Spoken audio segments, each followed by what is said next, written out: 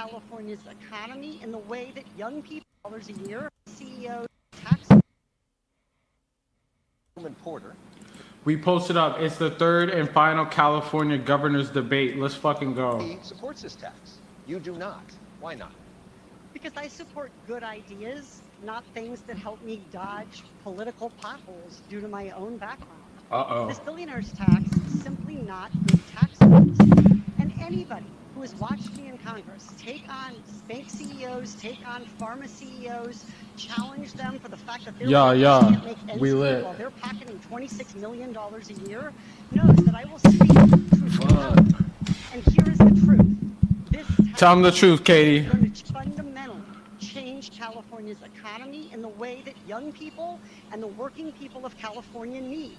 It's a one-time tax, but we don't have one-time revenue needs. It taxes billionaires as if half. I'm telling everyone to pull up right now, but we watching the California governor's debate, number 3, the third and final. They're going to send the shots. When we have all kinds of revenue problems coming at us from our own decisions and Donald Trump. So yes, to a progressive tax code.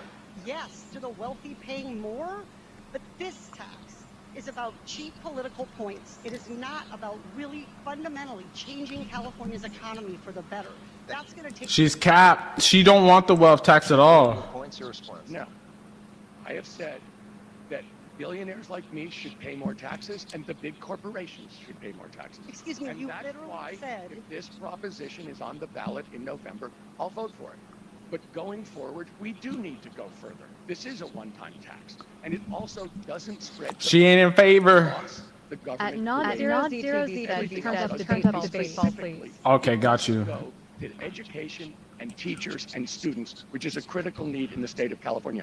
The Bro, tax why I'm is this proposing shit to close on? a corporate real estate tax loophole. Thank you. More money. At and it's non-zero spread out. TV, here at SAT. Oh, wait. I'm confused. Do you support the billionaire's tax that is going to be on the ballot in November, yes or no? Katie, Is this better? This is as loud as it goes for some reason. if it's on the ballot in November. So what I've said is But you just it said it was a doesn't good idea. go far enough. That in fact Let me it is a see. one-time tax, and it also I don't know why doesn't the fuck spread this the shit is money so quiet. throughout the government. Look, Let me weigh in. have an I'm the education only system. candidate that's actually me balanced see. the budget. We're going to bring Sheriff Bianco in first, and then we'll get to you, Mr. Mayor. Sheriff Bianco. Thank you. So these Democrat policies of So tax these everybody to death, Yeah, I don't know make why. them leave, This shit is quiet as fuck. They just made it, but this is as loud as I can get it. leaving California. It is because of It's their crazy, horrific honestly. policies. I agree with Katie that this is a horrific tax bill, but she is wrong on one thing. This is not a billionaire tax bill. You just have to read it and read what it is. Bro's gonna be blaming the Democrats the whole fucking The night. consequences of their decisions and their policy that they love talking about. I am the one that deals with it. And the 140,000 people that are paying 50% of the taxes are going to leave. And then the wording of that bill makes the middle I'm gonna see if there's a class and the different lower stream class if this shit make is up all why the this shit is so The low. next question goes to you, Mr. Mayor Villaraigosa. In the last 7 years, Fortune 500 companies such as Oracle, Chevron, Charles Schwab, Palantir have all moved their headquarters. Nah, it's the out of only California. stream. Mayor Villaraigosa, your opponent, Congresswoman Porter here, wants to raise taxes on Man, we don't want Palantir in this motherfucker. This is a good thing. more businesses leaving the state. Yes, but let me just say, I'm the only candidate Dang. More businesses on leaving this the stage state. that's actually balanced two state budgets with a surplus and a tax cut. And I could tell you this, we over-rely on the upper income tax. That's why you have feast and famine virtually every year. So What? the problem with He's trying to say that we tax the rich too much. That's crazy. If I believe that people that make that kind of money ought to pay more. In fact, when I'm Wait, governor, what? People like Tom who want to pay more will be able to do that. But at the end of the day, the federal government should do it because people are leaving. Twin, you're not gonna be And governor. they've been leaving because of the threat of this tax, just as businesses have been leaving because of the high tax state Uh-oh. that we are. Congresswoman Porter, your response in terms At of your non-zero tax plan. ZTV Yeah, said look, I try think all turning down your taxes mic should be ball and progressive. turn up total And I think output that ball. is a core. Just a thought. Let me see. Yeah, look, Where I differ with my Democratic colleagues is they're all talking about how to raise revenue, make government bigger. At Not Zero ZTV said California is full of retarded budgets were that he managed. I'm interested in making government better. The answer isn't always bigger. And Is this a little bit better? I turned up the desktop audio a little bit, like the actual audio. We got thousands of homes under construction. We moved thousands of people indoors and led the state in reducing homelessness. Unless it made no difference, but I think it might have. Big city in the country, reduced gun violence by 71%. Californians are tired of the more of the same.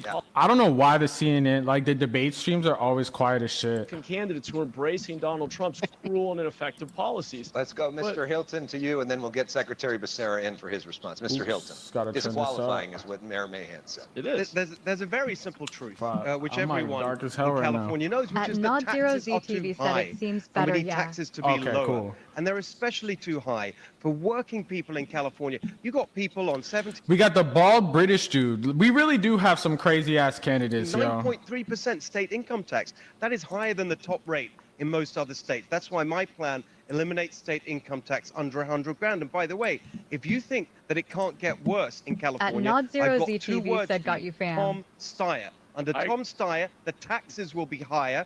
Gas. I straight up, I turned it up even more too, just in case.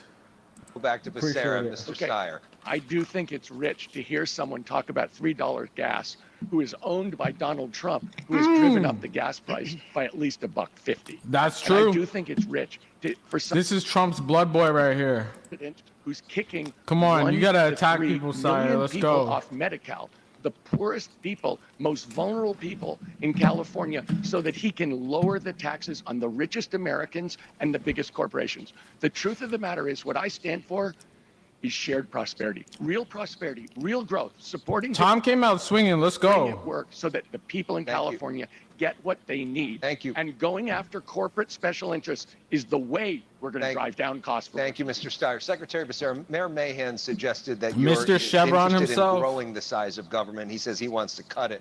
Your response I didn't to say that? I want to cut it. I said I want to use the revenue What we the have today to fuck? make government better. All We right. need to demand Sacramento do better before we ask.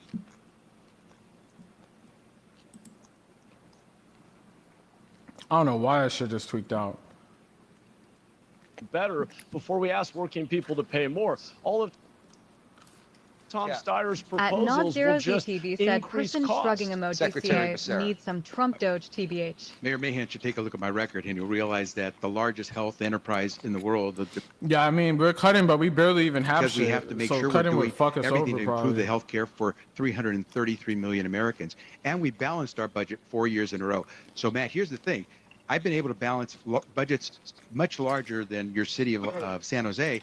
All I know is I do not want this motherfucker right here, gang. Like, I do not At want Not the Zero dude. ZTV said energy costs are out the roof. Should pay their Yeah, fair I mean, share. the energy No one costs are complained that a crazy as CEO fuck, was for making real. more than 1,000 times more than their line workers. Is paying their fair share. It depends where you are, obviously, though, because if you're in NorCal, like in the Bay Area, you got PG&E, which is a whole monopoly. But then in LA, like we have, it's like not a private company; it's like Pay government full company. California and U.S. taxes on absolutely everything. Government.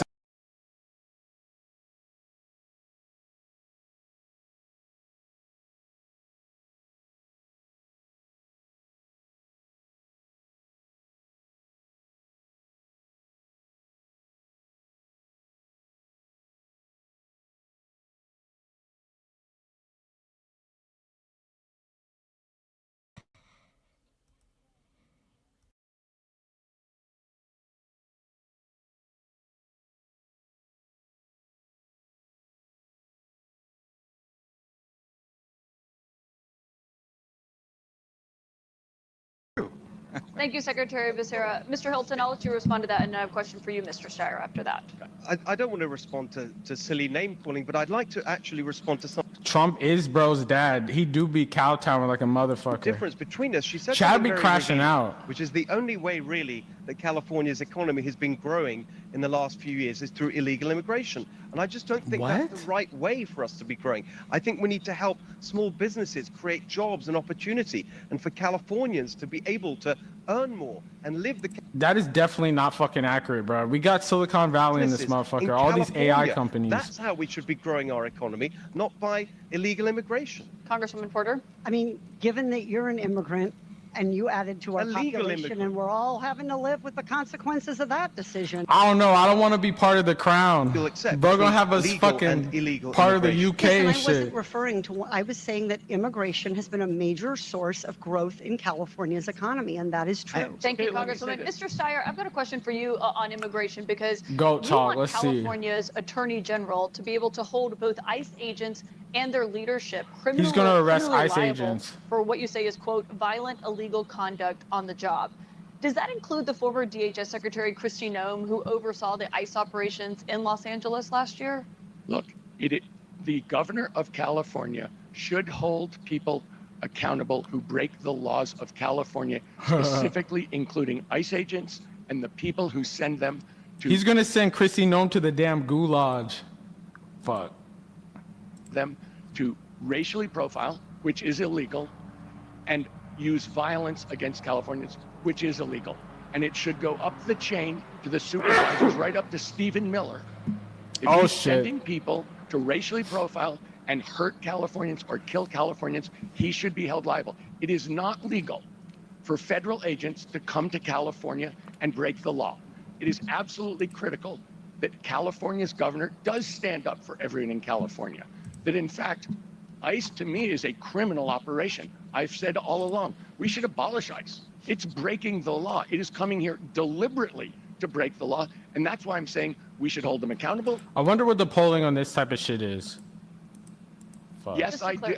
I don't know. I would go all the way up the chain. I've gone as far as Stephen Miller. Stephen Miller should be held accountable for what the ICE agents do in California that he sends. But just to clarify, since Kristi Noem was the Senate-confirmed Department of Homeland Security Secretary, do you believe that she is someone who should be prosecuted? If she has given the orders to break, I mean, Trump didn't even save her ass. They're gonna send her ass to the gulag, bro. Your able response to to that? prove That's crazy. No one has broken the law in California. And this is What? why we fight in the streets. Keep in mind, and this people dude are out stole rioting, mad burning down ballots Los and Angeles shit. because politicians like this sit and lie to everyone. They get them all infuriated up with emotion because they don't want to tell the truth. ICE agents are enforcing the law. And sanctuary state policy. Yeah, my bad for pausing. I try to change the volume and then into it our pauses cities on and streets accident. and I'm not neighborhoods gonna. I'm to not find gonna these do it. criminals, and I want Mr. Villaraigosa to tell the mother of the 14-year-old in my county that is dead because of an illegal immigrant that had been deported 3 times because of DUIs that sanctuary state policy keeps us safe. I don't think she's going to agree with you. And the mother of my dispatcher that was killed is not going to agree Mayor with you. Villaraigosa, do you want to If an respond? undocumented worker killed somebody, I mean, he should go to jail. we He don't should be talking about the prosecuted. people that It's aren't too late, don't you undocumented think? that be How killing about people, the 3 though. DUIs before me that? finish? No, Or do you because want to be the no, bully that you always are? no, I. Oh. You know, you're an oath keeper. Oh, We all know oh, that. hit And I'm very him with the proud. oath keeper. Well, you should- I'm very proud of Well, it. I'm And sorry. guess what? That's You're not gonna good. Swear an oath, and you swore an oath. You should know what you were Well, swearing I'm and be sorry. proud of defending I it. don't think an oath keeper is qualified to Talk be your God shit. I don't think you know Talk what your an oath shit. keeper But let me is. answer the question. I don't know why no one else I has said, brought this up. If an undocumented person committed murder, they should be held accountable. They should go to jail. And you keep on saying that sanctuary prevents violent criminals from No, being I didn't. turned over. I said it prevents In fact, criminals. as I said earlier. I said it prevents criminals. Don't No, lie for in me. fact, as I said earlier, thousands have been turned over since 2019. Obviously And not with enough. Steve Hilton, let me be clear. Dude, I don't know why no one else has brought up the fact that he's an oath keeper, which is, you know, The Bay They Area stormed the Capitol and Institute, shit. The UC Merced study. Immigrants, if Thank we you. took them all out, They're about to go undocumented, crazy. It would be a This dude just wants to be part of it. $274 Thank you, billion Mr. Mayor. hit to the Sheriff California Bianco, economy. just to follow up on what you were just saying there, and you said you're a proud oath keeper. Are you referring Uh-oh. to the group?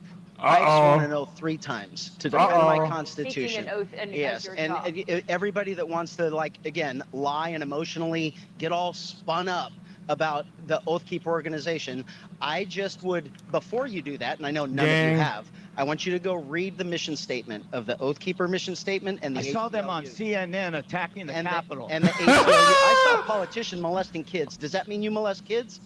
what? Exactly. Don't pull The those fuck does that stupid even statements out and mean? expect to not be You're a called note out. But keeper. Sheriff Bianco, You have just to be no clear, reason to. There is you're not absolutely qualified to be governor of This is California. I am crazy. extremely proud of swearing an oath to defend my Constitution against politicians like this. And do you still consider yourself a member of that group, to be clear? No. Okay, thank you, Sheriff Bianco. Secretary Becerra, on the question itself, How come do you no one else also brought this support up? prosecuting the leadership of ICE? I think we should police Donald Trump's masked mercenary force that they call ICE. I think we should prosecute any of the forces that violate the law. And I think we should jail anyone who has violated the law. That goes all the way to the top. I If agree. anyone has violated the laws of California, they should serve time. And I'm telling you, no Sheesh. one has. That's, there are 2 people who are dead in Minneapolis because they were simply doing Don't their lie. civic duty and being able to Your act civic under the duty is Constitution. bringing a gun and fighting with cops. Your civic duty is to try and run over cops. Come on. Well, You've already been called out of by oath your other keepers, districts. Yeah, bro's moving like a bull in a china shop right Just now. be honest. Sheriff Bianco, as the member of law enforcement here, last week the Department of Justice sued the state of New Jersey because the governor there signed into law a mask ban for ICE agents. Ooh. A similar law in California was blocked Yeah, they're last starting month. the Do you mask believe ban. that ICE agents who are conducting immigration enforcement should be able to wear a mask when they're on the job? I believe that the state of California doesn't get to dictate what they do. Would I do I allow my deputies to do that in certain circumstances? So Bruh. the answer would be, I guess, yes, because depending on the circumstances that the federal government has jurisdiction over that, they can decide what they want to do. My deputies doing their work don't do that, but there are some circumstances where deputies and police officers would do that. So if we're honest and talk about what this really does and what it is, everyone would come up with a logical answer. But when you talk about emotions and you fire off emotions and untruths, I think they get defended with lies, but untruths, then you just confuse and. Long story short, he wants the fucking mask.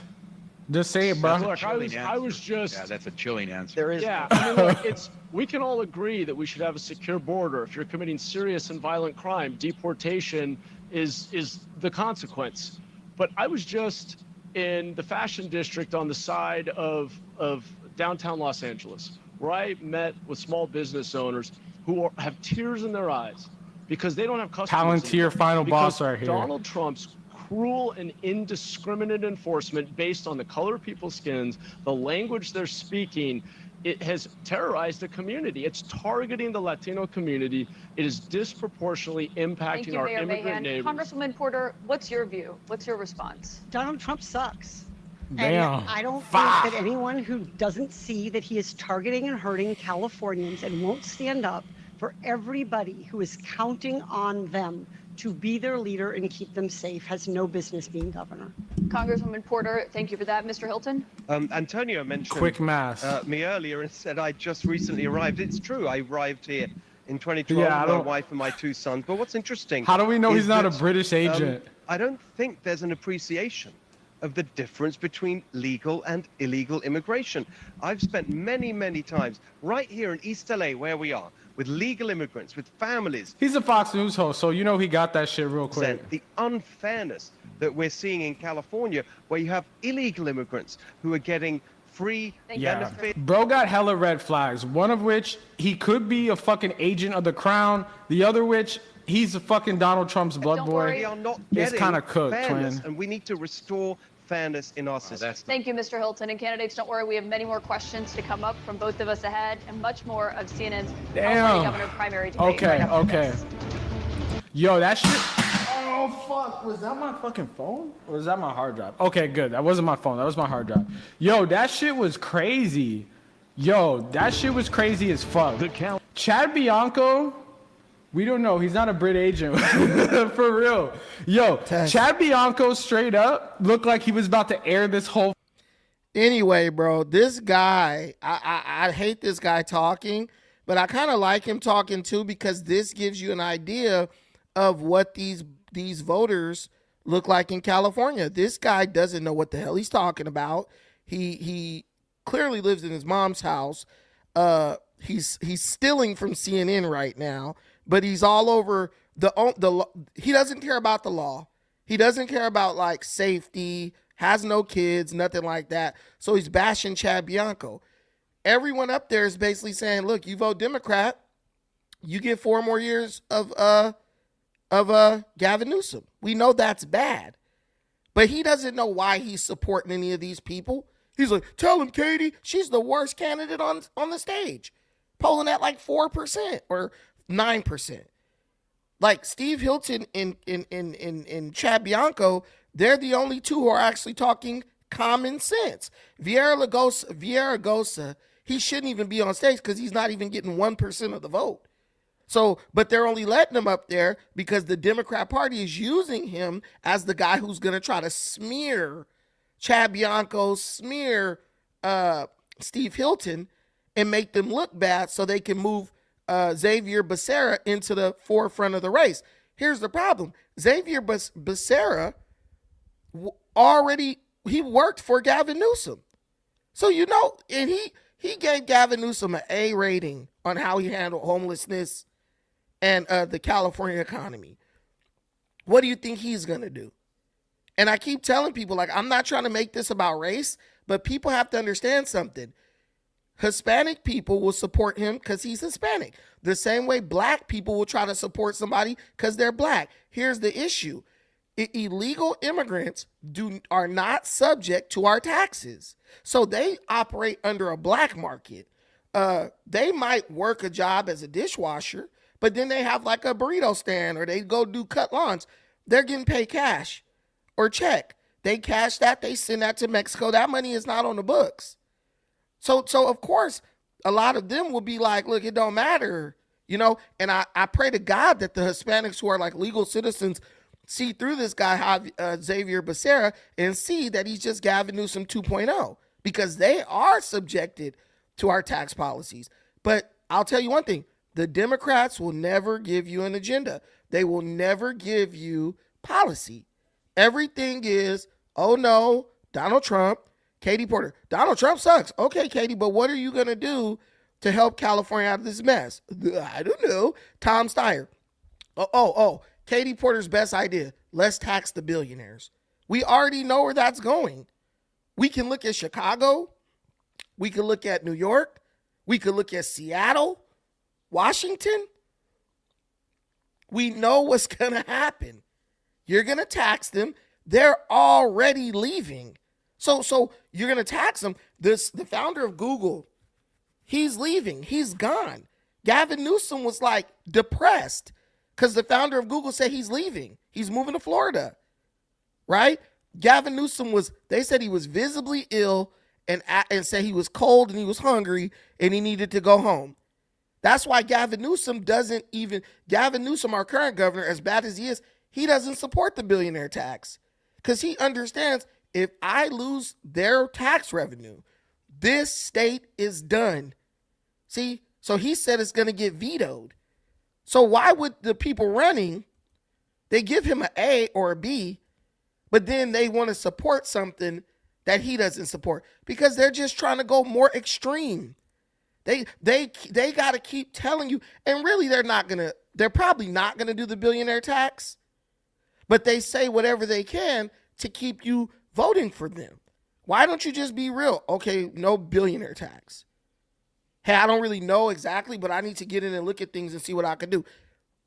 Chad Bianco, Steve Hilton have the best platform. Chad Bianco especially because I look at him like he's a sheriff, so he's a Republican sheriff who's already been battling the Democrats and their bad policies. Wait, let's turn this back up. Governor of California, as we all know. Why the fuck did that shit sound like a demon spawn? Raising email with the subject line F Trump. And you're not censoring it like I am right now. And you went on to say, quote, that's right, F Trump. Together we're going to kick Trump's ass in November. Will F Trump be your guiding principle in dealing with the president? When Donald Trump hurts California, as he has again and again, then I will absolutely stand up to him. In this race, you could probably get away with this, but in a national race, probably not. You need to have more than just fuck Trump. Victims here in California, he has made it clear that he is seeking to specifically punish California. Will fuck Trump be your guiding principle? Green energy projects here that create good, high-paying jobs while he's allowing them to continue in other states. we absolutely have to be clear about the risk that Donald Trump presents to Californians and to our economy and to our ability to change California for the better. So if he... Yeah, yo, if you were on earlier, then you saw that the sheriff was motherfucking proud that he was an oath keeper and stormed the Capitol. We'll have to work with the administration and with the president that the American people elected to get good results for Californians. And by the way, my attitude will be to work with the president regardless of party to get good results for Californians. Now, it so happens that we have a president who has endorsed me for governor, and we've discussed how I can work with his team to lower gas. He got endorsed by Trump. So if you want a British agent of the crown and an agent of a pedophile cabal, that's your guy. Forest management to get the fraud and the waste out of our state budget so we can cut taxes. These are all practical ways we can work together to help everyone in California. Secretary Becerra, what's your view of that as someone who served in the federal government? Well, I served and we helped the state of California when I was at the Department of Health and Human Services. But when I was Attorney General, when Trump was president the first time, we took Mr. Chevron. Time he tried to attack our state, when he tried to force us to do things that were against the law, when he tried to deny us our resources, we took him on. That's why I had to go toe-to-toe with him in court over 120 times. And most of those cases, we were able to win.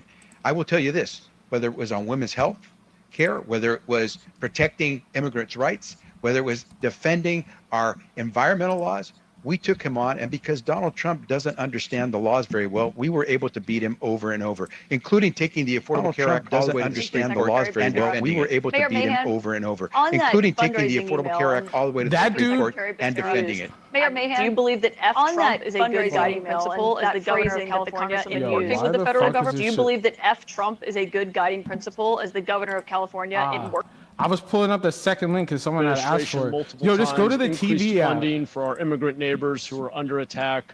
We've prohibited. Together, we're going to kick Trump's ass in November. Will F. Trump be your guiding principle in dealing with the president? When Donald Trump hurts California, as he has again and again, then I will absolutely stand up to him. 100%. He has denied wildfire funding to help disaster victims here in California. He has made it clear that he is seeking to specifically punish California in canceling green energy projects here that create good, high-paying jobs while he's allowing them to continue in other states. We absolutely have to be clear about the risk that Donald Trump presents to Californians and to our economy and to our ability to change California for the better. So if he's going to attack California, yeah, F him. Mr. Hilton?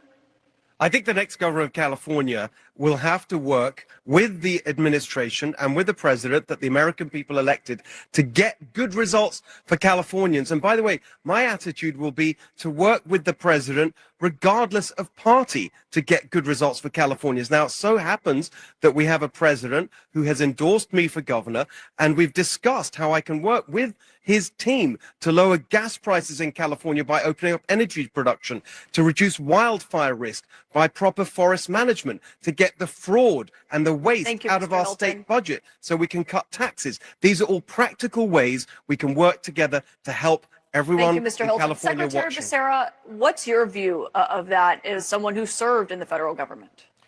Well, I served and we helped the state of California when I was at the Department of Health and Human Services. But when I was Attorney General, when Trump was president the first time, we took him on. Every time he tried to attack our state, when he tried to force us to do things that were against the law, when he tried to deny us our resources, we took him on. That's why I had to go toe-to-toe with him in court over 120 times. And most of those cases, we were able to win. I will tell you this, whether it was on women's health care, whether it was protecting immigrants' rights, whether it was defending our environmental laws, we took him on, and because Donald Trump doesn't understand the laws very well, we were able to beat him over and over, including taking the Affordable Care Act all the way to the Supreme Court and defending it. Mayor Mahan, on that fundraising email and that phrasing that the Congresswoman used, I mean, do you believe that Trump is a good guiding principle as the governor of California in working with the federal government? Well, Caitlin, look, my approach is to fight for our values. As mayor of San Jose, I've sued the Trump administration multiple times, increased funding for our immigrant neighbors who are under attack. We've prohibited ICE from using city property as a staging area. But I will also never forget that the best resistance is delivering results, showing that California's progressive values work in practice. That's what I've done as mayor. One of the only people on this stage who can point to real results that matter in people's lives. Safest big city in the country, 1/3 fewer homeless people, thousands of homes under construction. Thank you, Mayor. Thousands of new small businesses, real results, not a lot of rhetoric. That's not going to beat Donald Trump. Sheriff Bianco. Yeah, I promise every single person out there that you're not going to hear one word from me about President Trump, President Biden, or anything else, because I'm going to be the only one on the stage that's actually going to be the governor of California for Californians. And I'm not going to sit here and lie to you and tell you and blame somebody else for our problems that have been absolutely caused by 70 years of Democrat rule in the Assembly and Senate and 16 years of one party rule, by their policies, their things that they put in place that have destroyed the ability to live in California. Thank you, Sheriff Bianco. Mr. Steyer, what's your take on this?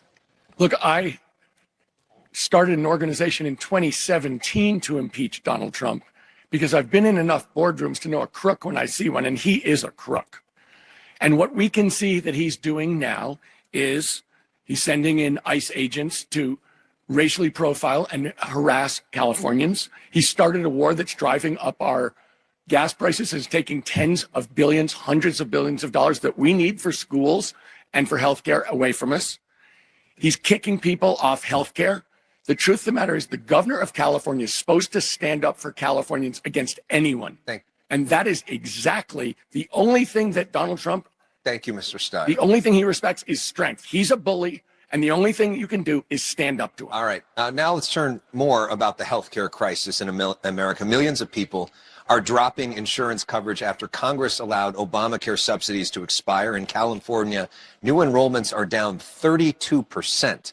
Secretary Becerra, in late March, you said you'd, quote, deliver a state-run, publicly funded healthcare program for every Californian. But in a recent meeting, you reportedly told a group of doctors that you are not supporting single payer right now. So which is it? Would you push for single payer as governor or not? Alex, let's be clear. I've been consistent for over 30 years. When I was in Congress, I talked about how Medicare for all is probably the most efficient way that we can do healthcare, and I have always been there. I haven't changed. And so those reports were inaccurate. I continue to be for Medicare for all, and I can show you how I have actually expanded healthcare, because those very subsidies that you mentioned are what help us reach record levels of Obamacare coverage. More than 24.5 million people under our watch were able to get their health insurance coverage. That is now going down because Trump has denied people the chance to have those subsidies. And the Republicans and Mr. Hilton, who has been endorsed by Donald Trump, haven't said whether they would fight to help those Californians regain their coverage. And so, Steve, will you support having those tax subsidies for Obamacare returned to those Californians who are losing their insurance today? We didn't get an answer.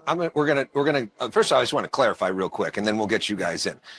So, as governor, you're pushing for a single payer system in California? We should try to get to a Medicare for all program. And while we are continuing to work in that direction, we should make sure we are expanding coverage, because the most important thing we have to do is give people peace of mind that they can afford their health care, and that we will continue to give it to more families. Thank you, sir. Mr. Steyer. Look, I am for single payer. Absolutely, because the only way we can deliver health care as a right at a cost that California can afford. And that's Hilton are normal and what ass cheek. With them this morning, they know that I will fight for single payer until we get it. And maybe those reports were wrong, Javier. But the truth is, the group you are with, the California Medical Association, is the strongest group against single payer in the state, and they just spent the maximum amount of money. They maxed out to your campaign after that meeting. So somebody didn't understand something, because they are supporting you with the max amount of money that they can give. Secretary Becerra responds, then Congresswoman Porter. Yeah. So a guy who is funding his campaign to a tune of over $150 million with profits made from oil companies, from helping fund private for-profit prisons that are detaining immigrants in California, has a real short memory span of how to make sure this place works. I continue to enjoy the support of healthcare sectors throughout California, doctors, nurses. I've got the endorsement of nurses as well, and I will continue to fight to make sure everyone has access to good quality healthcare in California, as I proved it when I was Secretary of Health and Human Services. Congresswoman Porter. Well, golly gee, I also have the endorsement of nurses, so three's a crowd. The question, I think, is trying to aim at, do you support CalCare, California having its own state-run single-payer system, yes or no? Is that a question? Sure, go ahead. As I said, when I was Secretary of Health and Human Services, I was able to. So is that a yes or a no? I'm answering the question. Okay. So the most important thing about having a Medicare for all plan is that it includes everyone, for all. And what we have to do is get to the point where we are covering everyone with something like Medicare for all. So I am absolutely for Medicare for all. And we will get there. We'll build towards it because that's the way you get folks covered. Yeah. That's the way I did it. Congresswoman Porter, then Mary Ragosa. Congresswoman. Covering everyone with something is not single payer. It's not even federal Medicare for all.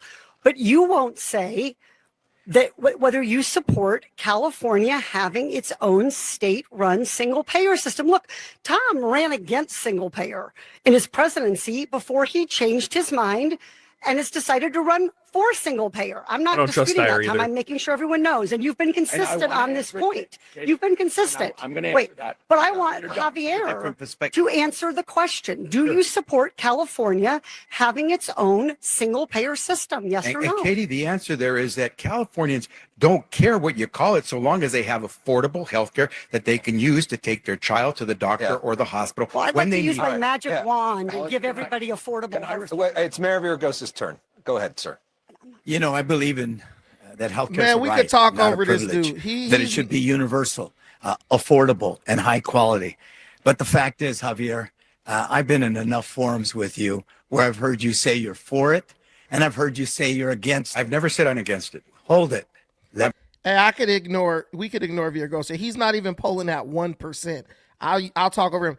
Guys, Villaraigosa's only up here to try to bash the Democrats. He's out polling at 1%. No one's going to elect him. Javier, he is Gavin Newsom 2.0. He gave Gavin Newsom a plus or A- rating for his management of the homelessness and of the California economy. He is literally business as usual. And he's speaking to a certain demographic, illegal immigrants within California and the people who sympathize with them, because that's why he's saying it doesn't matter what you call it. He's not for single payer. He's for working Californians to continue to pay for the health care of illegal immigrants. And if you do single payer, guess what that'll do? That'll immediately put us in more of a budget deficit, because guess why? You will have a whole segment of the population in California who won't be paying anything into the single payer health system. So it's impossible to do with so many illegal immigrants. HHS, we had expanded coverage to more Americans than ever in the history, and we had dropped the cost of care for millions of Americans under Obamacare. And those are facts. It's $550 billion price. Mr. Hilton, to you, the idea of single payer health care. Just listen to these Democrats arguing about whether to go left or even further left, when that's the direction that's got us into this mess. The highest cost, the highest taxes in the country. I'm the only person here with actual experience of single-payer healthcare, both as a patient and as a policymaker. As a patient, take more it nearly vitamins. Killed me. That's another story we don't have time for. As a policymaker, you end up with the worst patient satisfaction, cost that you can't afford, taxes sky high to pay for it. It is a total disaster. And the actual way we deal with healthcare in this state is to at least stop spending $20 billion a year on free healthcare for illegal immigrants who shouldn't even be in the country in the first place. Oh my God, here we go. As a UK citizen before moving to California. Immigrants. Mr. Mayor. Yeah, once again, we're hearing a lot of rhetoric at the extreme ends of the political spectrum here. When the secretary left his position, healthcare spending was a bigger share of GDP than ever before, pushing families to the brink. It's an administrative nightmare, as everybody knows, if they've ever tried to get an insurance claim filed. We're not talking about the real issue here. And Antonio's right. All the candidates who are fighting for single payer don't know how to pay for it, and they're not being honest about it. Boom, The right there. reality is our healthcare system is broken. 30% of the cost in California is an administrative cost. We can use technology to bring down those costs. This guy wants to put nanoprobes in your butthole. We are not incentivizing health. Fucking tech oligarchs. Fee for service, more procedures, you, more sir. prescription drugs. We should reward doctors and health systems for making people healthiher. Thank you, Mr. Mayor. Mr. Steyer, this next Democrat question is for telling you. you they don't know how to pay for universal health It's on care. the same topic, so you can use some of your time for that. In last year's budget, Governor Gavin Newsom cut healthcare funding for undocumented immigrants to address a budget gap. As governor, would you restore that funding? Yep. I believe everybody in California has a right to health care. But can you But pay the truth for of it? the matter is, it is eating up our budget. And it's more than that, Alex. It is eating up every single family. You talked about how many people are giving up healthcare so they can make healthcare, so they can make rent. So why are they You're talking about arguing over businesses who's that going can't to compete support because healthcare is universal so health care? expensive? And it is eating up the budget of the state of California. When people sit here and say, let's do the same thing, we can't afford to do this. Bro, why are the Democrats wasting the whole debate arguing over whether or not you support universal health care when they know they can't afford it? So all that first 30 minutes they wasted arguing over it. Now the truth is coming out. We can't afford it. This is what they want to do. They want to lie to you and make you think they're going to provide it when they know they're not going to. So if you're voting based on getting universal health care, just know, voting Democrat, you ain't getting it. The same thing. It is eating up our budget. Look at the numbers. That's why I changed my mind, Katie, because I looked at the facts. Single payer healthcare systems cost half as much as the system in total that we have now. And yes, it's going to be a big, job to get us to single payer. But the truth is, we don't have a choice because right now people are suffering. They're giving up healthcare. Every medical crisis turns into a financial disaster. The truth is, we don't have a choice but to go to single payer, and you need somebody who's going to fight for it. We spend $12 billion a year in California providing health care to illegal immigrants and their children. If they leave, we get a $12 billion bump in our budget. That's the answer. Get rid of illegals, stop the global welfare system, and we'll be fine. But everyone deserves it. He's going to keep saying that, but he's not going to tell you how he's going to deliver it. This guy's a snake oil salesman.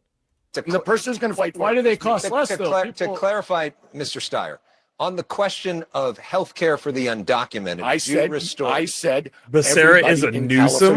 You would has a right to health care. And let's answer California this should out. fund Did you The truth die? of the matter is, immigrants built this state. Immigrants make this state run. Yeah. The fact of the matter is, we had a broken immigration system, and now you want to victimize the people who are working here and making the state run. Thank you, As sir. Antonio said, try and get rid of them. You can't do it. Man, listen, there's plenty of legal Hispanics. Burrito stands are not making California run. Kyler, thank you. Republicans and conservatives here to defend the same broke ass for profit system. Yes, buddy, it's for profit. That's why it's the best system on earth. The Democrats are telling you that they can't pay for it. So you're either dense or retarded or both. They can't pay for it. If you can't pay for it, they can't give you free stuff if they can't buy the stuff, right? I can't give you a free car if I can't purchase the car to give it to you. You're a grown man, bro. Get out of your mom's basement, stop playing freaking World of Warcraft, and go get a damn job. Let's go to Sheriff Bianco. Your thoughts on this idea of undocumented healthcare funding? It's ridiculous. When are we going to draw the line at any other crime? It's illegal. They entered the country illegally. We're not going to incentivize them to come here to take more of the resources that regular Californians aren't getting. The ones that are struggling here, that are here legally, they're not getting that. They're not getting free education. They're not getting free medical. They're not getting free food. They're not getting all of those things that the illegal ones are getting. And we're somehow celebrating that when the legal immigrants here don't get that. It makes absolutely no sense. And healthcare, no one's talking about, how about we try and make people healthy? So, Congresswoman Porter, your thoughts on the idea of funding? Wait 1 second. Look, the Mexicans and the illegals, they're making it, the illegal Hispanics, because that's what's mostly here in California. I'm in California right now. They're making this state run. Well, if they're making the state run, why do they need so much free stuff?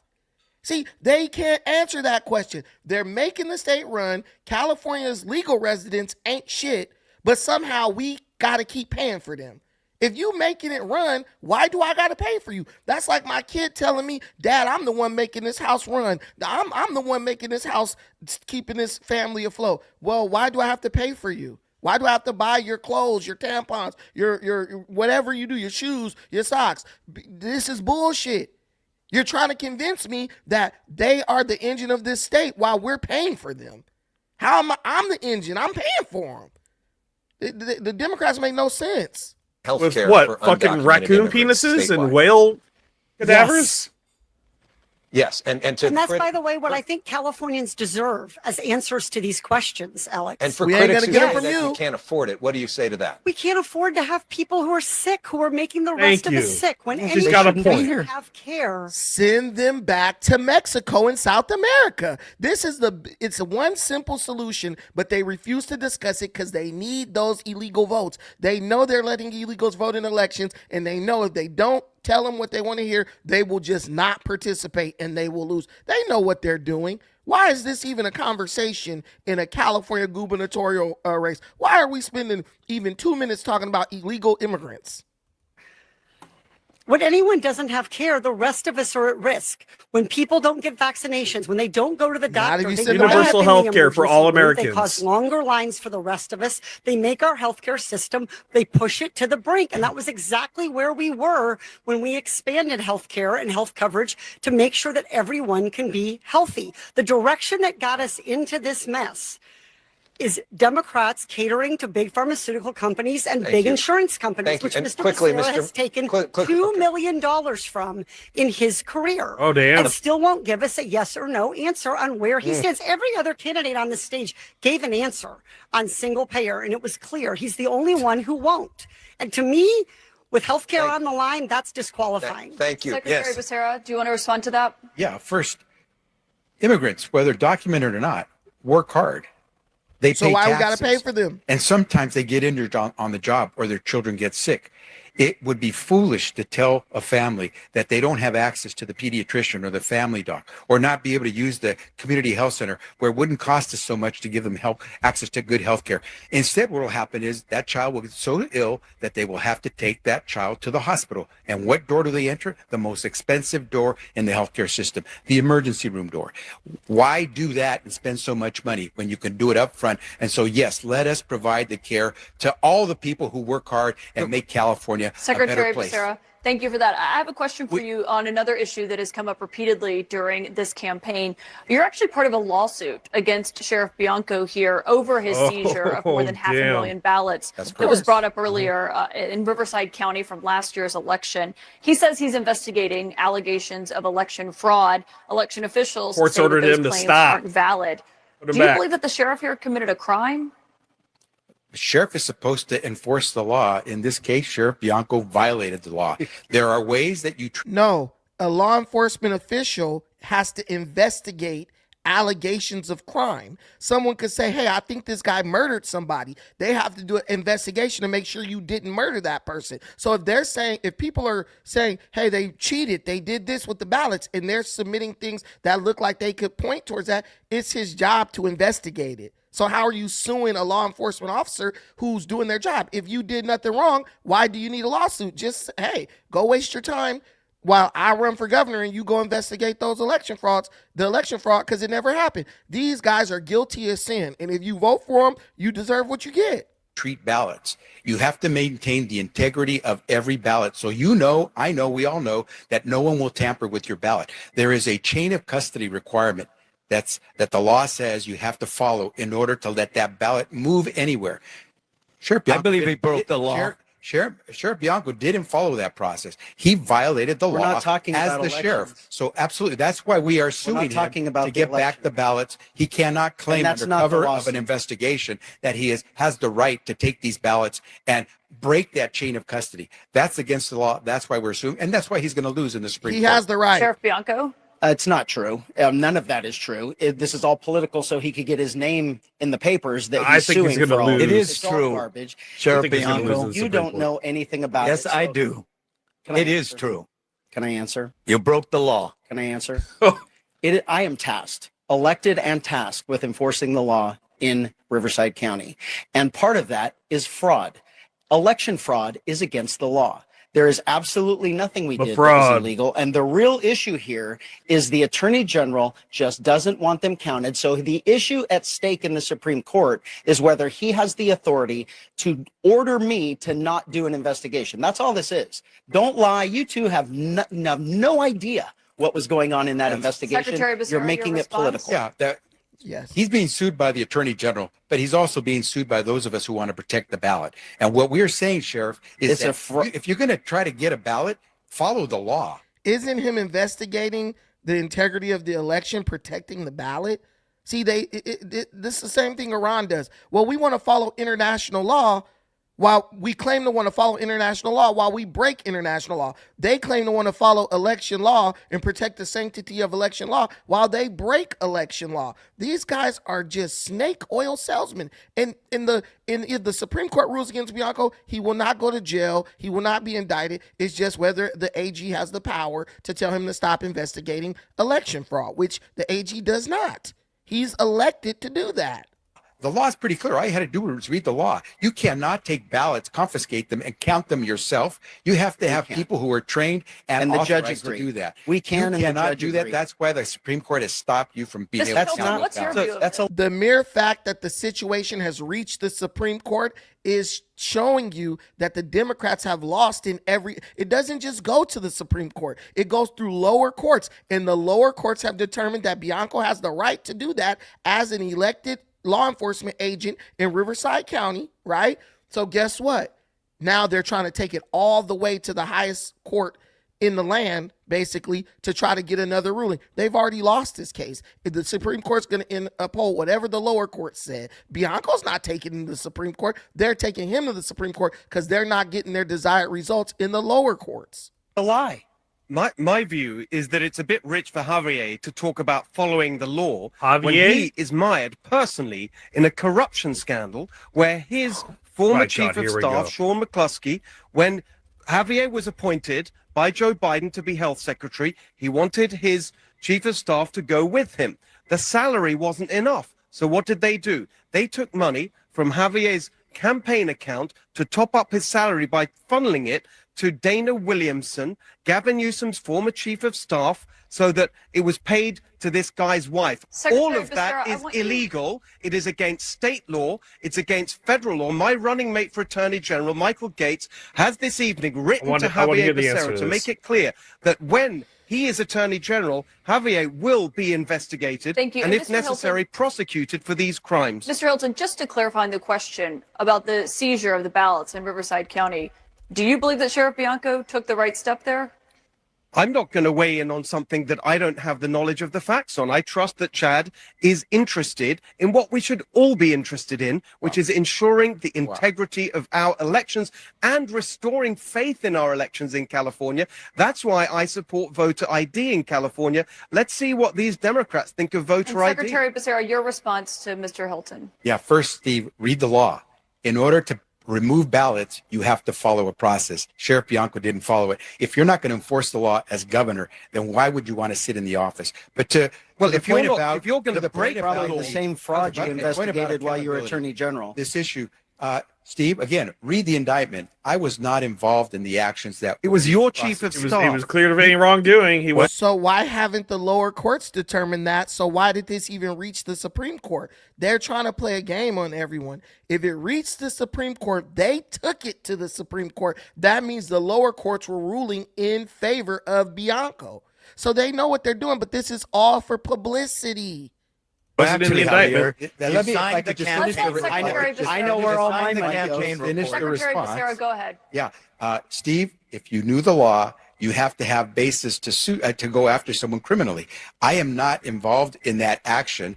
Now, it was your chief of staff, and it was your decision. And the people who because your money, people who you were the one violated hired to go to Washington as health secretary, Let and you Secretary wanted him. You let wanted this Secretary guy Becerra by your respond. side, and the reason that the money was transferred is because the salary wasn't high enough, Steve, and that's why you engaged in this scheme, which is illegal under state law and Secretary Becerra, federal law. Continue responding. So you notice that nowhere in the indictment is anything that Steve said included there.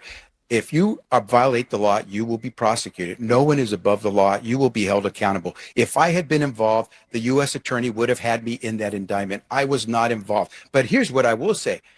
Steve, I hope you speak as ferociously about Donald Trump's violation of the law every time you're sitting in the governor's office trying to protect the people of California, because the last thing we need is to have an executive who continues to violate the rights of Californians and have a governor who just sits back and agrees with that executive named Donald Trump. If this guy is so thorough and all about the law and he's so good at what he does, why doesn't he know where all the money that Gavin Newsom supposedly spent on homelessness went? Notice that they claim to uphold the law and they want to do lawsuits and everything. Why didn't he immediately sue the state of California when Gavin Newsom said, we spent $34 billion on homelessness, but we don't know where it went? These guys are, you can see straight through them. They don't care about the law. They weaponize the legal system to prevent people from exposing them. And they hope to drain your pockets. See, they're suing. California is suing the Riverside County, right? Think about that. California is suing Riverside County for actions taken by their sheriff. Riverside County has a level of sovereignty, so they want that to happen. That's why they allowed it to happen. So California is now suing them. They got money for everything, but seem to say we can't afford universal health care and nothing else. But y'all sure can afford to sue everybody. All right, let's talk about housing. Skyrocketing costs, severe shortages have made Becerra the state said it was a gut unlivable punch for to his many. campaign. Overall home ownership rates are at their lowest since the 1940s. Mr. Hilton, you say that California needs to, quote, end the war on single-family homes. Your housing plan focuses on the building of single-family homes over high-density multifamily developments. Why do you think that's the best approach? And just today, I launched a new plan for starter homes in California. One of the most heartbreaking things I see is young people, they come to our events, and I ask them, do you ever see yourself owning a home in California, starting a family here? And they say no, and we're going to have to leave. And that's why we've got to enact a very straightforward plan. Number one, we have to get rid of the regulations that make it 2 or 3 times as expensive to build the exact same home in California as in neighboring states. We have to stop the lawsuits filed by the unions who support these Democrats that get in the way of building housing. And to your point, we have to stop trying to force housing into suburban neighborhoods where people don't want it. Instead, we have to build single family homes in the places in our state that do want to expand. That's the plan, to make sure that we can restore that California dream of home ownership. It is the heart of opportunity for our young people, and it's being taken away by these Democrats and their policies. Mayor Mahan, your response.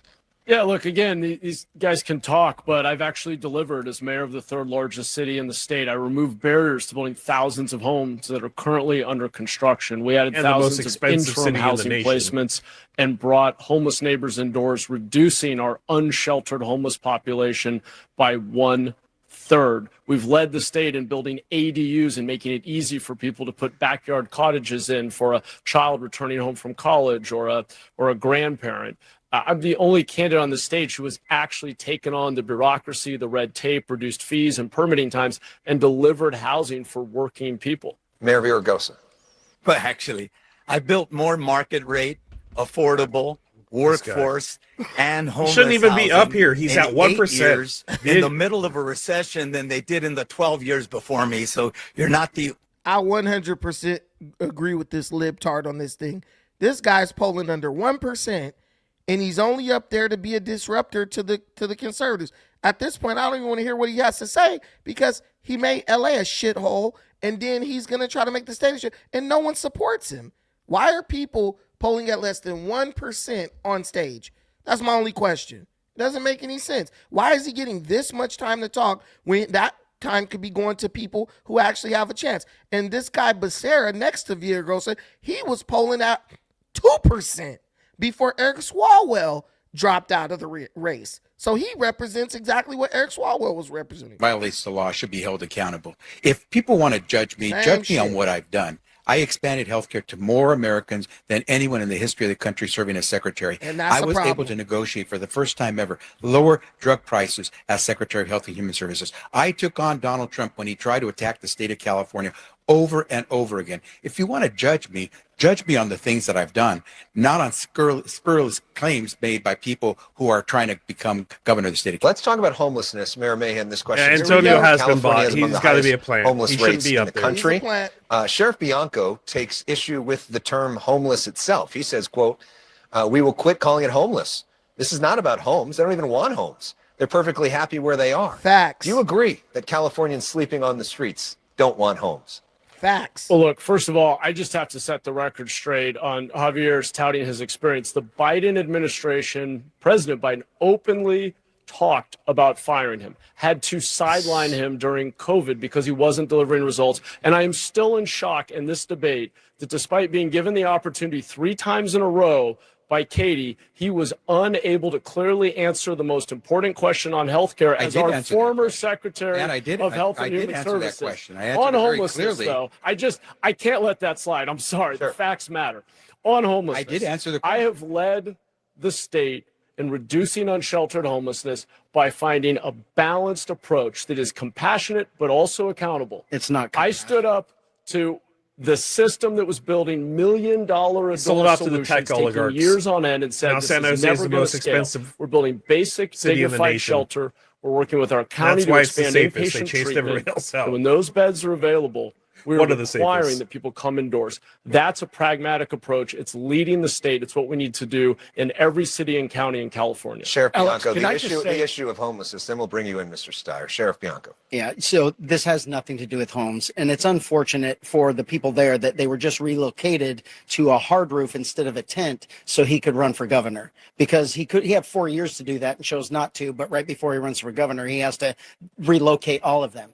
The bottom line is this: that's not compassionate, because they're still under the influence of drugs. They're still experiencing mental health issues. They're still experiencing the combination of both, and we are not giving them the treatment that they need. This is not about homes. This is about mental health treatment, drug and alcohol treatment, most importantly, the combination of both. And it is not compassion if we are not going to give them. We're going to give the mayor a Chad chance to should respond, and then we'll bring Steyer into the Yeah, I mean, it's conversation. interesting. In fact, first of all, more than half of the candidates on the stage have visited San Jose to see our success in interim housing. We've added thousands of units, moved thousands of people indoors. And just in the 3 years that I have been mayor, we have graduated about 30% of those people to permanent housing. Literally, I have to click away for a second. Listen, is San Jose giving needles to drug addicts? That's where he's the mayor. Yes, San Jose, through the County of Santa Clara Public Health Department, operates a harm reduction program that provides clean needles and other supplies to those who use drugs. They also give them money, which they use to then go buy drugs. So more of the same, more Gavin Newsom style policies.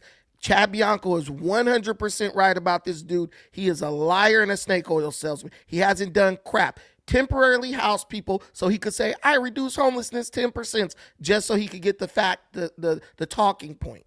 Fewer tent encampments. In fact, right now we're in the midst of resolving the last large tent encampment in the city of San Jose. Those are the kinds of results we need to see statewide. Thank you, Mr. Mayor. Mr. Steyer, the issue of homelessness. I'm going to jump in. Homelessness is very important.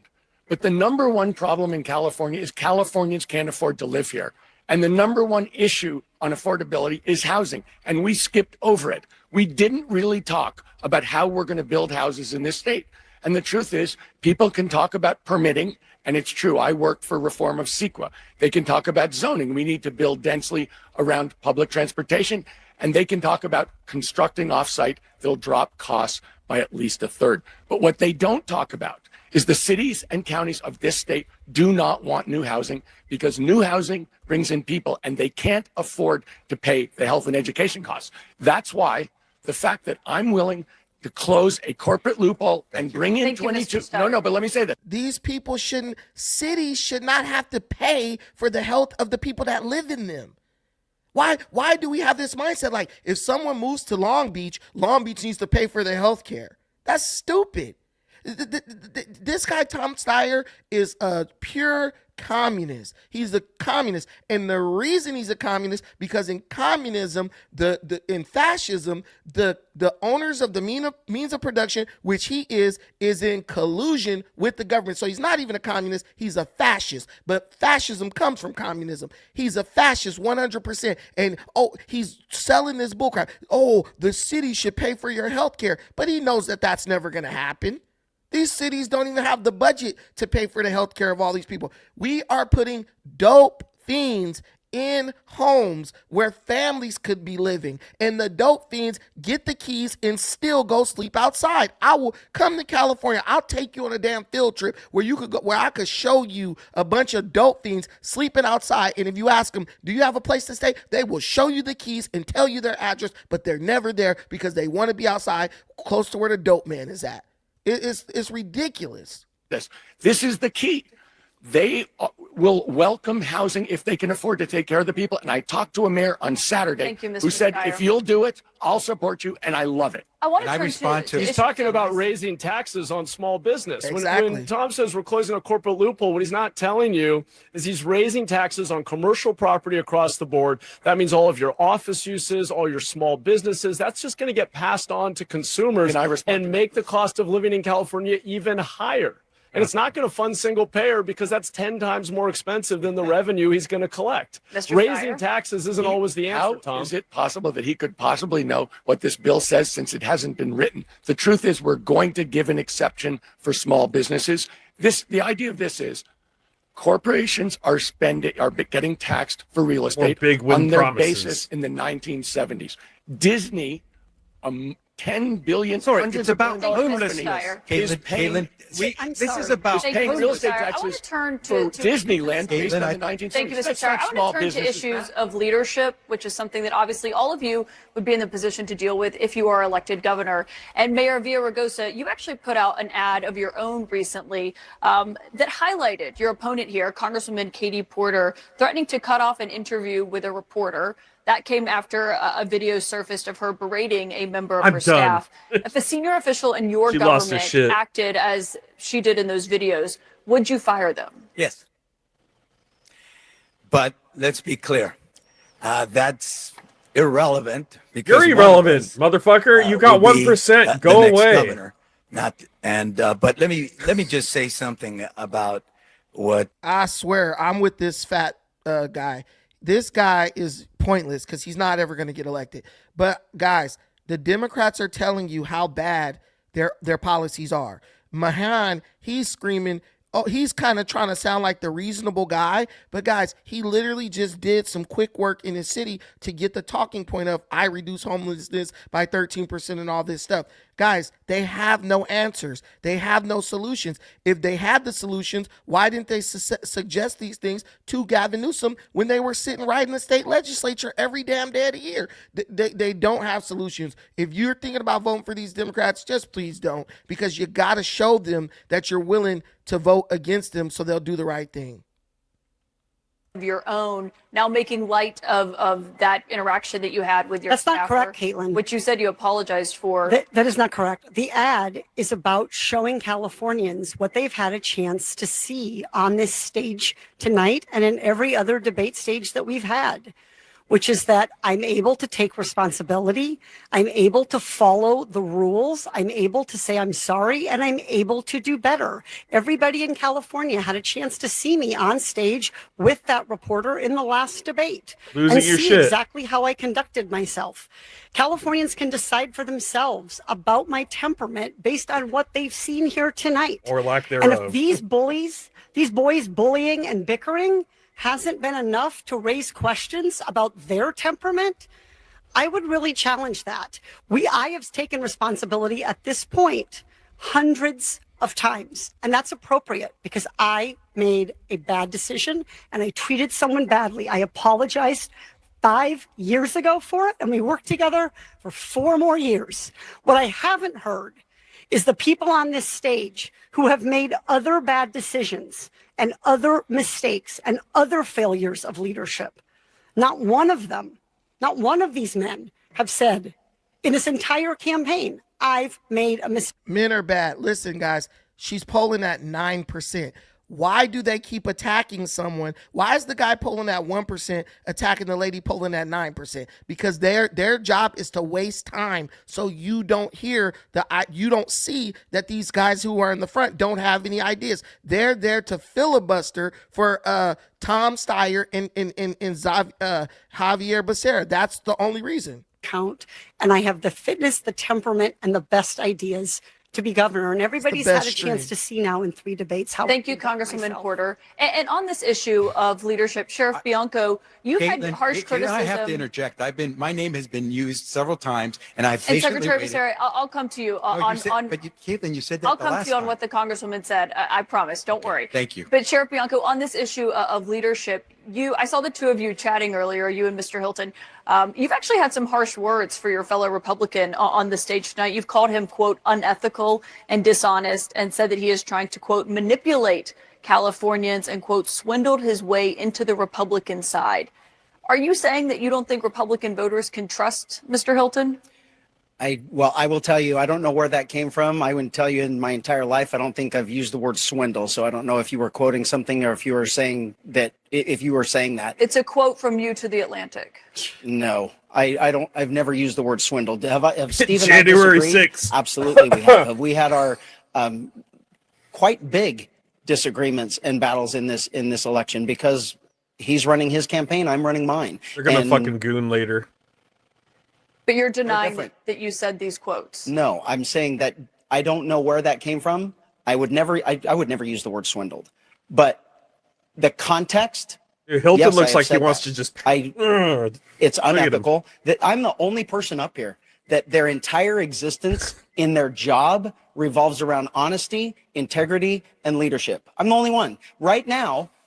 Lying can get me removed from my job. Can I just clarify? Unlike what they're saying. With you, because this says it's from an interview with KBAK that happened in April of this year, where you said he's trying to figure out how he can manipulate Californians to put him in this position in a time when we know that California Democrats have failed and we are going to vote for a Republican governor, and he has swindled his way into the Republican side, even though he's not. I probably did say that. I didn't use the word swindled, whatever it was, but that context, I will agree with that 100%. So I do believe that. Okay, so you did say the quote. Sure. Mr. Hilton? Look, this is a very serious moment for California. The ballots are out. They're in your hands. And we have a really big choice to make, which is, do we go for another 4 years of one-party rule that's given us the highest taxes for the worst results, the highest poverty rate, highest unemployment rate, highest cost of living, serious policy questions, homelessness. We need to stop homelessness and end it. We need to stop funding fiascos like high-speed rail. Thank you, Mr. We need to lift burdens on our business. Caitlin. That's what this debate needs to be about. And the only way to get the change we need is to not vote the same way and think you're going to get a different result. I do have to go back to Secretary Becerra, since I did promise you that I would let you respond to that, since Congresswoman Porter invoked your name a few moments ago. She was talking about your leadership. Would you like to respond to her? Yeah, I think everyone's invoking my name. It's nice to hear my name quite a bit, and they're at least pronouncing it. It shouldn't be. I will tell you this. Distorting the facts in your quest to be governor is never good. But using Trump lies to try to damage your opponents is worse. And that's what we see happening. Everyone knows that Trump campaigned in 2024 talking about lost kids when there were no such thing as lost kids. To hear these candidates now talk about that, if they're so concerned, why haven't they taken any action to find these lost kids? I think it's shameful for people to use Trump lies to try to gain favor with voters when you know it's not true. Use the facts. We should have a governor who relies on the facts. I will speak the facts when I'm governor because that's what the California voters deserve. I feel compelled to fact check it. Staying on the topic. It was a New York Times Pulitzer Prize-winning investigation. And read the article. It's not Donald Trump. Read the article. 26 Democrats. All right, Mr. Villaraigosa. We're gonna move on. We're gonna move on now, sir. Be accountable. All right, we're gonna move on. On the topic of leadership, I want to talk about California Governor Gavin Newsom. Real quick, there were no lost kids. What is this? 37 missing children rescued in Chad Bianco's county. If you're asking about lost or missing children, the California Department of Justice reported 66,705 children went missing in 2023. Javier Becerra is a liar. If you support him, you support trafficking. You support trafficking. It's government-sponsored and covered-up trafficking, which is what he just tried to do right now. Who's about to leave office after here we go. consequential and at times ready, controversial years. To all of you, what is one word you would use to describe Governor Newsom's performance as governor? We will go down the line, starting with you, Mayor Villaraigosa. One word to describe Governor Newsom's performance as governor. Performative. Progressive. Wow. Failed. Steve. Failure. You can't take my word. Oh, yeah, see? They want to hold hands. You see that? It's coming. That. Incomplete. Governor, we'll be right back governor. with more of the California governor primary debate right here. Oh, my God. On CNN. Guys, that's your governor and that's your lieutenant governor right there. That's your, bro, 66,000 children. And this guy, Javier, sits there and says, no. Guys, the California DOJ reported 66,000 missing children. And in 2023, that's under Gavin Newsom. And this guy sat there with a straight face and said, there were no missing kids. That's who you want running the state? 66,000. Go look it up. Go look it up. Go look it up. California DOJ, 66,000 missing children. There were no missing kids. This guy will say anything to make it look like the Democrats are doing a good job. Guys, it's commercials. So if you guys wonder why I clicked off, it's commercials. But just any Democrat, just explain that to me. 66,000 missing children. And yet these people are saying that there is no missing kids. Absolutely. Every Democrat just clicked off right now. Every Democrat just clicked off right now. They don't want to hear the truth. They say we want to see the Epstein files. But what about the files that's right in your own state? They don't want to see those files. They don't care about the trafficking that's going on right in their own state. They don't care about Scott Wiener and all these dudes doing all this stuff. They only care about it if they think Trump did it. And that's not the way to run anything. That's not the mindset to have as a voter. If you're against it, you're against it no matter who's doing it. I'm a Trump supporter, but if Trump molested kids, he needs to go to jail. He needs to go to jail immediately. I'll be the first person to call for the guy to get arrested. But this guy, Becerra, who you want to put in charge of a state where your kids live, is saying, hey, no kids got lost. Oh, here we go. We're back. 20% in even be there. He's out of the question. He's out of it. There's a 501. Immense potential with the possibility of massive job loss in our state. Mayor Mahan, Anthropic CEO Dario Amodei says AI could wipe out half of all entry-level white-collar jobs and spike unemployment to 10 to 20% in the next 5 years. As governor of California, would you require AI companies to compensate people displaced by their own technology? And how so? Well, Alex, as the mayor of the largest city in Silicon Valley, I've seen these tools up close, and they can be used to make life better, but they also come with great risks, and people are right to be worried. I've regulated big tech. We started something called the GovAI Coalition to create frameworks for how cities, counties, and others should use these tools responsibly. I created the first and largest AI upskilling curriculum for city workers. This year, 1,000 city workers in San Jose will go through our upskilling curriculum.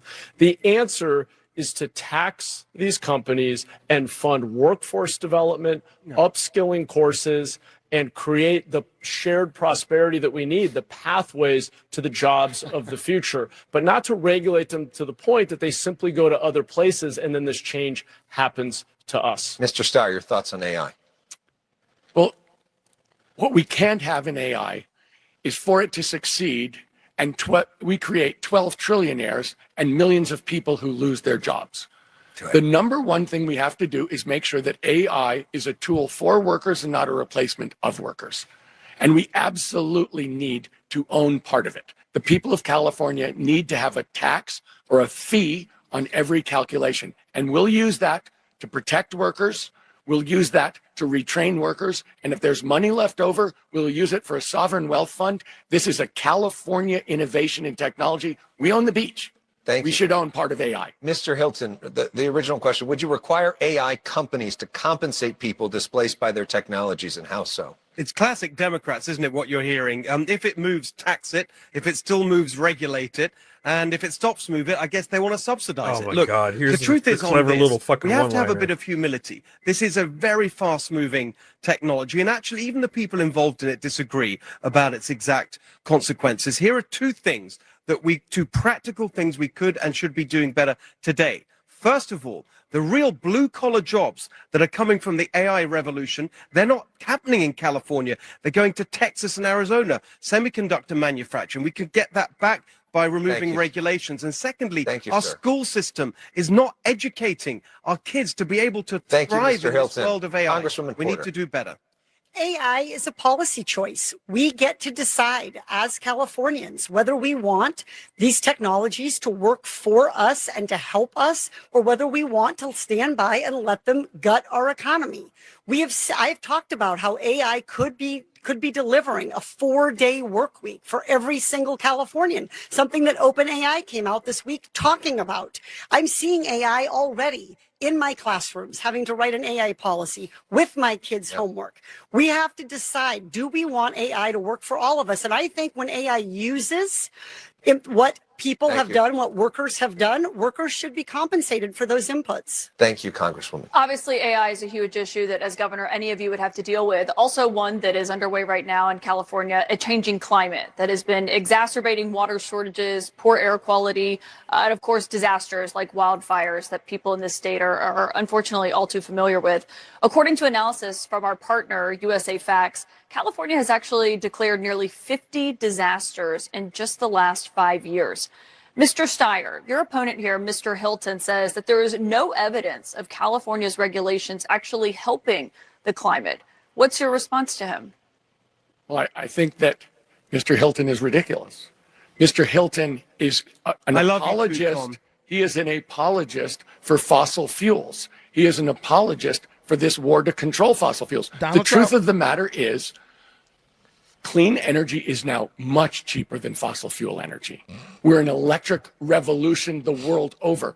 That's why I'm insisting that the electric monopolies have local competition to drive down costs for Californians. That's why I'm saying we should triple the tax credit for people to buy EVs, because EVs are the absolute future. The truth of the matter is, it's very simple in terms of what we have to do in terms of energy. We need to make the polluters pay. We have to take environmental justice at the beginning of every conversation. And we need to deploy the clean energy technology that is here, that is invented by Californians, that will allow us to build huge companies all over the world. Right now, Donald Trump is fighting for the buggy whip. He is fighting for the black and white TV. He is fighting for the best. The truth is, this world is moving to electricity at warp speed on every continent.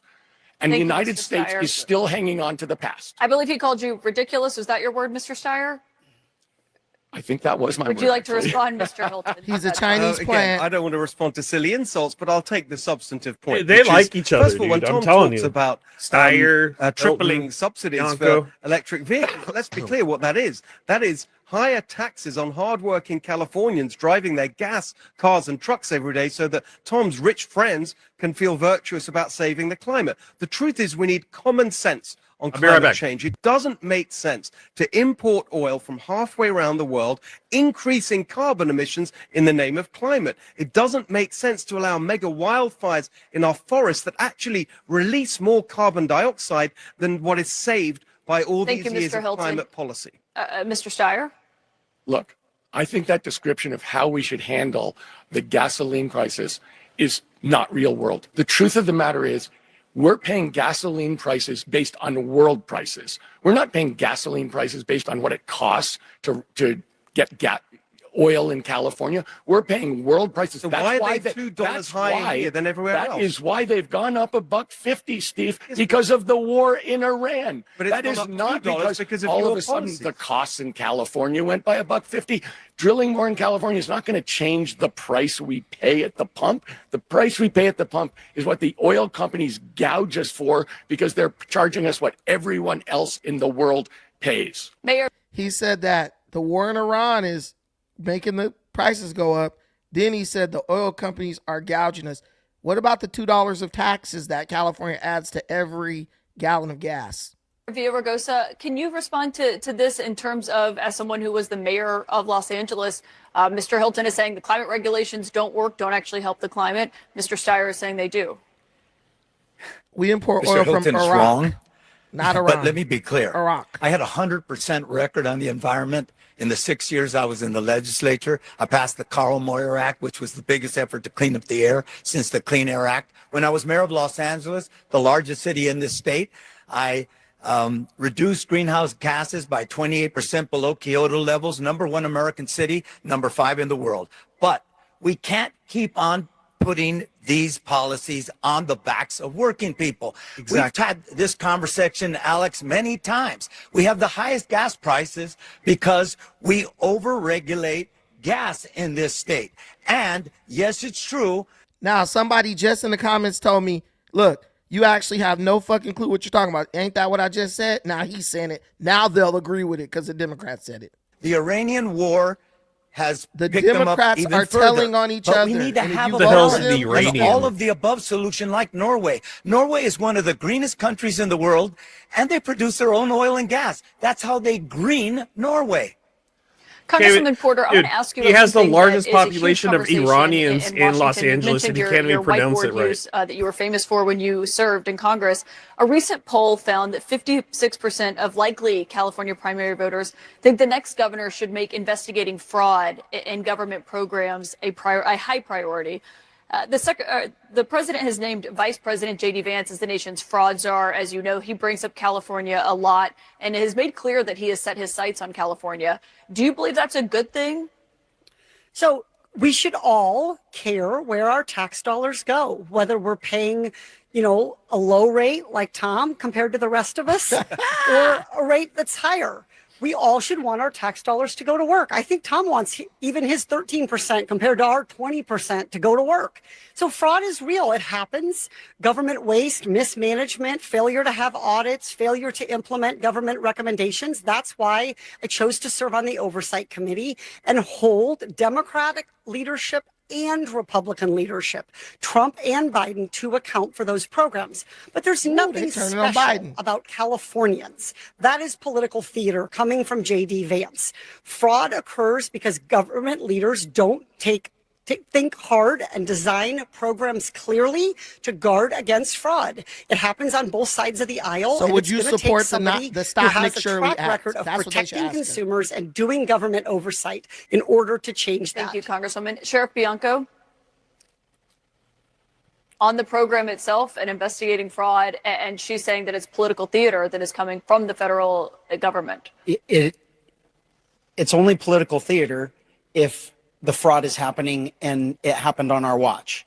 And so the Democrats in California don't want anybody to believe that there's fraud in California. But yet our own state government has said that we are one of the most wasteful state governments in the entire country. The waste, fraud, and the abuse in California government is the worst in the entire country. That comes from our own state government. If we are not going to root out the waste, fraud, and abuse, all of their pie in the sky policies, they certainly are not going to pay for them unless they tax you more, that's all we're hearing from them is what you started in the very beginning about how bad California is. And we aren't talking about the policies that are going to fix it because it's their policies that broke it. We've talked about them arguing about Mr. Becerra and about Trump ruining everything. Let's hear your policy, but the reality Mr. Bianco. It is Democrat policies in California that have failed us in every question you've asked that Sheriff. we haven't answered. Mayor Villaraigosa, this next question is for you. In 2008, California voters voted for a high-speed rail system from L.A. to San Francisco that was supposed to be done by 2020 and cost around $30 billion. It's now 2026. It's not even close to being done, and the estimated cost has ballooned to $230 billion. Mayor, your opponent, Steve Hilton, says that on his first day in office, he would kill this project, quote, stone dead. Would you? No.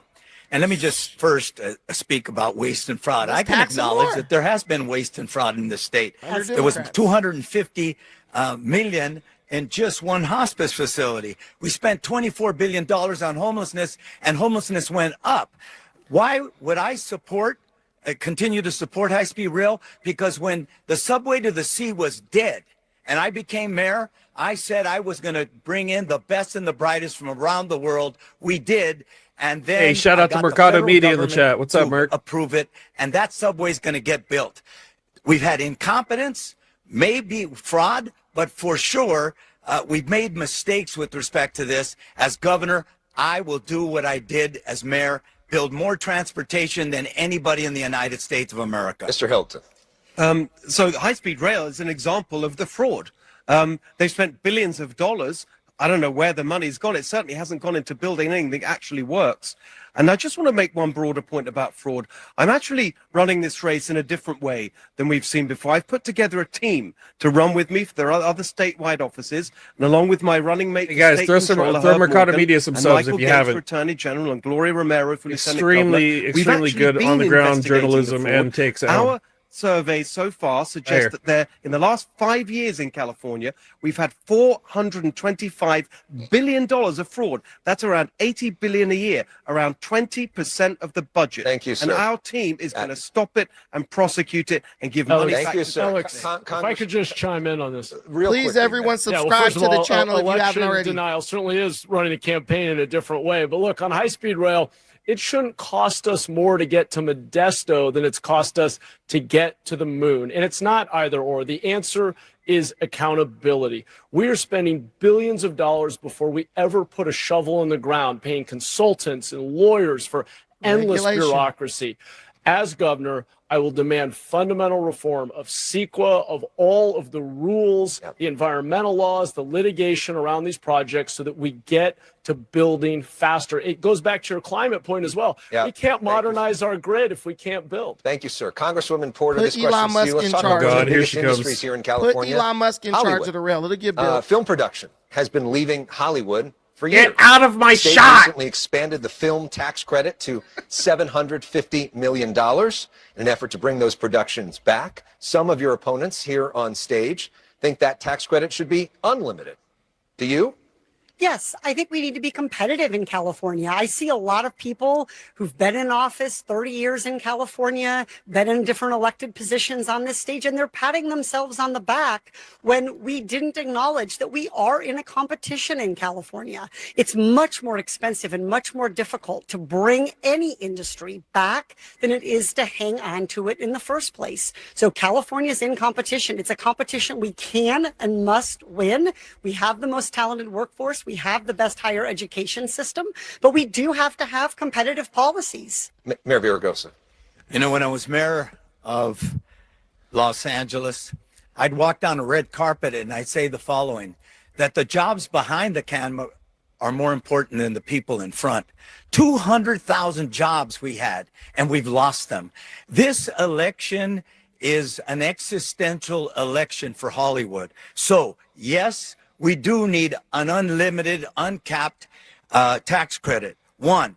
2, it needs to be above and below the line. The notion, too many people in Sacramento believe it should just go to camera operators and, makeup people. It has to go to everyone. That's time, sir. So that's what I'll do when I'm governor. All right, while we're on the topic of Hollywood, let's give the voters a chance to get to know you all a little bit. This is a rapid fire question. You know, we've done this stuff in the past. So tax the billionaires and then give them tax breaks? Which actor would you want to play you in a movie about your life? Liam Neeson. Each of you think of which actor would play you in a movie about your life. Mayor Mahan, starting with you. Oh, boy. Keanu Reeves. You're going to have to come back to me. I don't know. I got one. Russell Crowe in The Gladiator. How's that? Okay. Javier Becerra. Antonio Banderas. Oh, damn. All right. All right. I have no idea. Tom Selleck? Yeah. I guess that would be a good one. Clint Eastwood. Okay. Mr. Hilton? Jeffrey I think Epstein. there's only one choice, really. Jason Statham. Oh, I was wrong. Okay, I was Mr. wrong. Steyer? that was good. Gregory Peck. Gregory Peck. Okay, the coming back, I guess, to do that. Mr. Congresswoman Porter. Tina Fey. All right. What? Mr. Mayor? At the Hollywood event when I was mayor, Antonio George Banderas Lopez. said he wanted to play me. So I said Oh, yes. my So God. I got to go with Antonio We're getting Banderas. Antonio Timu Banderas lots ass of work MAGA doing this mega tonight, church. or at least George increasing Lopez his job did that. out of this. We'll be Antonio. back with more of the California governor debate right here Jesus. on CNN. This is getting rough, man. This is getting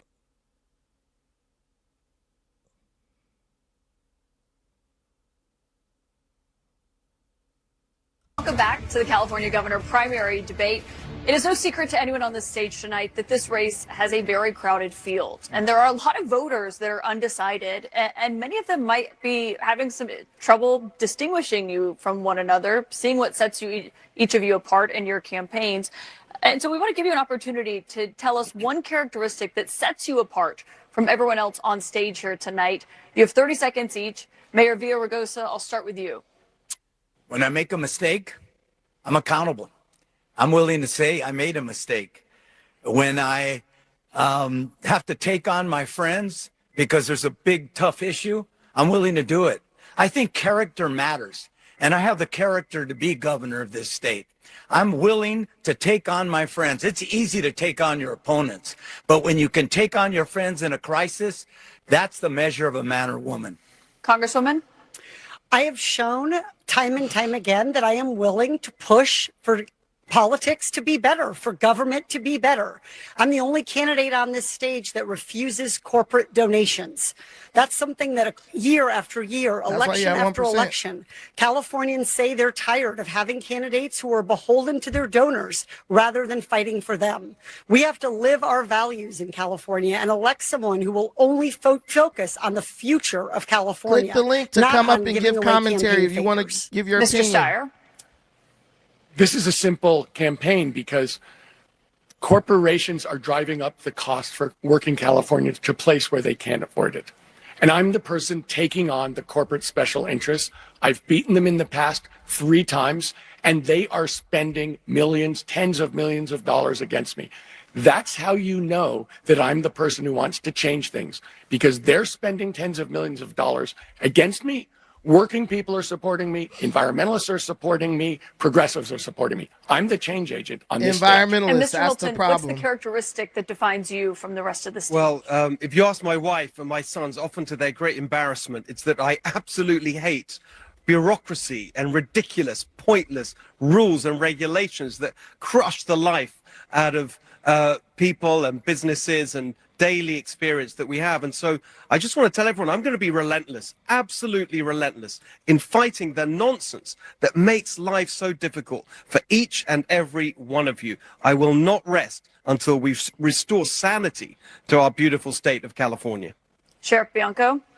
Yeah, I'm the only one on this stage that has 33 years of proven public service.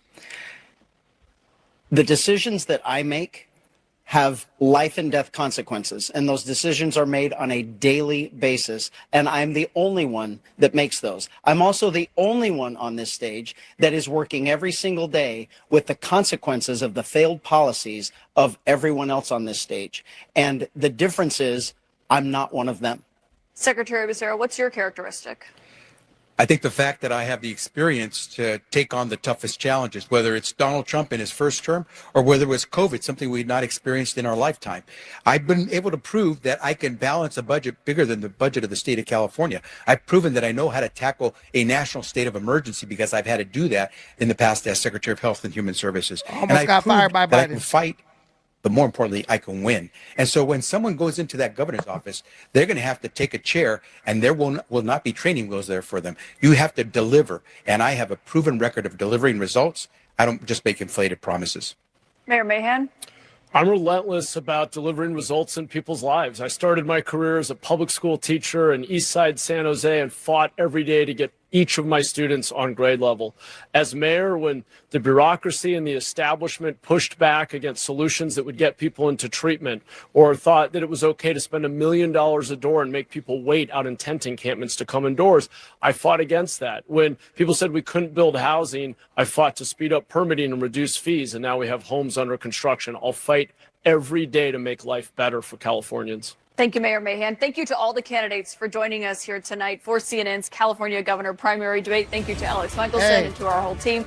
And also a special thank you to our host, East Los Angeles. If you guys want to give your opinions who you think won, there's a call-in link in the chat. You click it, it brings you straight up here with me. We have up to like 11 or 12 people up here at once. Call in. If you think, oh, Brandon, you're wrong, this, that, call in. Tell me what you think. Because I am under the belief that liberals/progressives cannot explain what they believe.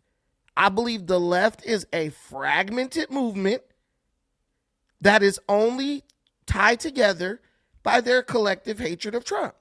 And I believe once Trump is gone, they will disintegrate and we will be left holding the pieces of their ineptitude, right?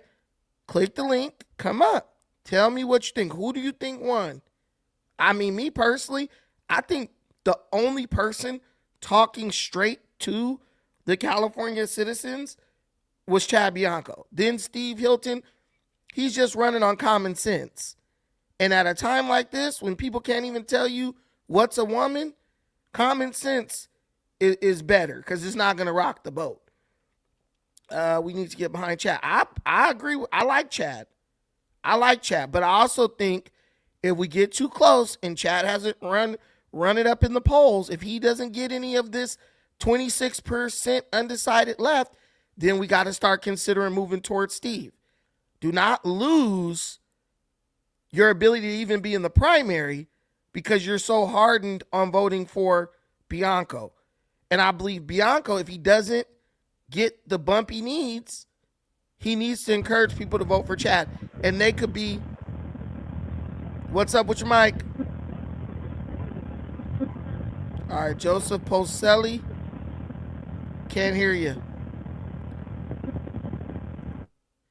Joseph, get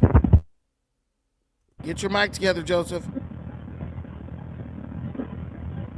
You're up here, but static. All right, so he's probably a Democrat. They're mad right now. I don't see how people listen to the Democrats utterly destroy each other and then say, "Hey, I'm gonna still pick one of them." They destroyed their own party. Like they were literally like, "Oh, you suck and this won't work and you did this that was illegal and all this stuff." So yeah, Mahan was the best, but he's a fraud. Go ahead, Alan. Andalon. Hold on, I can't hear you, Alan. Are you muted or do you have something going on with your... Check your boxes. Check your audio boxes. Let me see. Go ahead. Try to talk now. Okay, can you hear me now? Yeah, I hear you. I fixed your mic. Okay, great. I'm from LA. And can you turn your volume up a little bit? And what you need to do is stop the playback. Don't run the playback at the same time. Got it. The playback is not running right now. YouTube is not running in the background? Because I hear myself doubled up. I got rid of YouTube. Okay. So, yeah, the way I see it is none of the Democrats make sense. It's all of the same. It's the same thing that we've been hearing year after year after year after year. They're all covering for each other. Maybe the outliner that I see is maybe Antonio Villaraigosa. He's trying to kind of go to the middle because he's trying to appeal to both the Republicans, the conservatives, and Democrats. So he's trying to give himself a bump and trying to steal from both Chad and Steve Hilton. But the way I see it, I mean, I've met with Steve Hilton personally, and I've asked him a lot of questions. I am actually voting for Steve Hilton, although I do like Chad Bianco in some of his hardliner stance that he has, especially with law and order and the reputation that he has in California. But Steve Hilton has all the momentum right now. So we do have to get behind a candidate that can actually go the distance. Even though I do like Chad so much right now, I would prefer Chad Bianco, but Steve Hilton has the momentum. He has the common sense. He has the personality. He's been on Fox News, so a lot of people do trust him. And we do see that in the polls because he's been consistently on the top of the polls every single time. I think I lost you.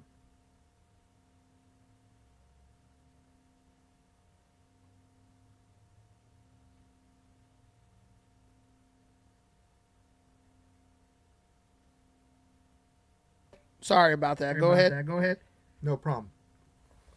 So that's really my take on it. Right now, Steve Hilton has the advantage. He does have the team that is together. I did meet with them when he was here in Downey about a week ago. So I did get to meet Gloria Romero that he's running against. So he's got some very solid people that are with him. So he's using the same strategy that Trump did when he was running in 2024, where if you vote for him, you get everybody else. We get RFK Jr. We also get Elon. We get all these people that are assembling like the Avengers, right? So he's kind of doing some of the same, where he's got Gloria Romero's. He has also the person from Huntington Beach. I forget his name, but he's running also with him.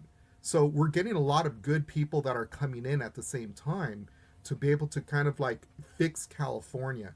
I really like the way he comes across. He has a lot of great ideas that we need here in California. We desperately need here in California. And he is changing a lot of minds. He is the person that has a little bit more broad appeal than Chad Bianco. And that's why I feel that he is going to be the person that is going to make it to the top of the ticket. Well, I don't know why I have playback. Hold on. But anyway, I know what's going on. Hold on one second. Can you? Can you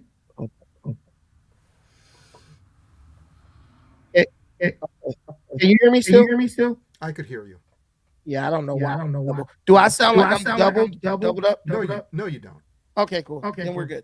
All right, so basically, I like Chad Bianco as well a lot. That's probably my preference, just because he's been dealing with these people a long time, and he's coming from a legal approach, like based on the law. So it'd be very hard for them to try to manipulate him or to fight him, because let's be real, the Democrat Party in California is extremely lazy. They've grown used to just groupthink. I say this, everybody gets on board with it. But if you approach it from the position of law, legality, that to me is their kryptonite, because they're not paying attention to the law, because the people who vote for them have allowed them to violate the law with impunity for so long. There's so many things that Gavin Newsom did that were illegal, like when he did the green energy EV mandate,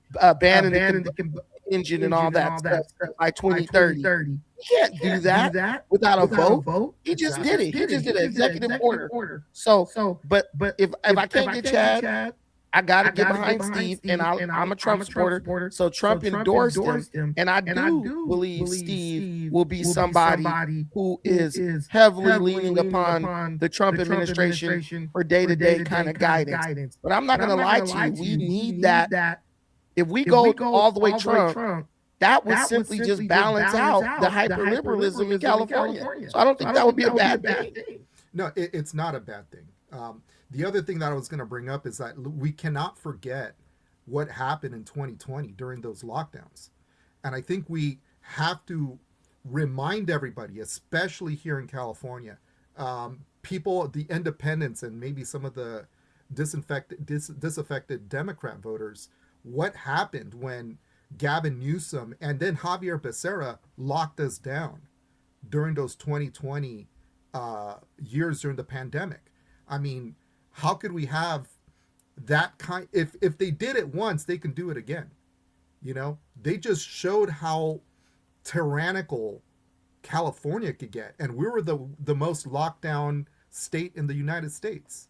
I mean, you can't even go to the beach alone to, you know, enjoy a day outside in the sun until someone goes and nabs you and arrests you. So that alone kind of, you know, really speaks to their track record, especially Javier Becerra. You know, and I liked how you pointed out earlier how he was saying there was no kids that were missing, and you pointed the facts. About 66,000 kids were missing, and a lot of them have been found all over California. And I wouldn't doubt that a lot of them have been moved to other states for slave labor. And those are the things that people need to know about how corrupt and fraudulent a lot of these Democrats are. So I'm glad that you were able to bring that up and to really show the people who we're dealing with.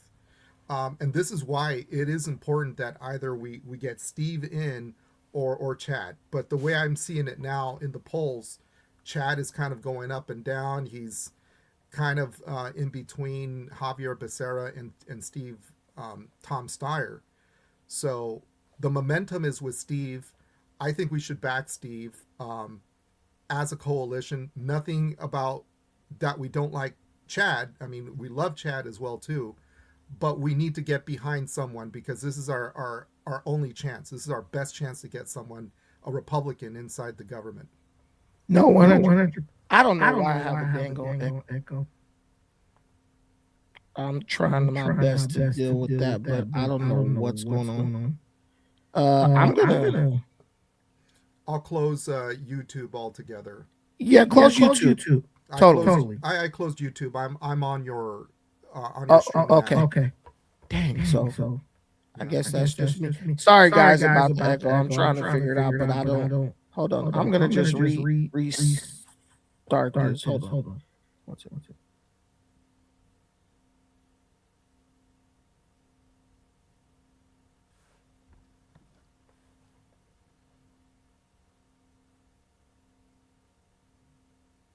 Okay, let's see if that.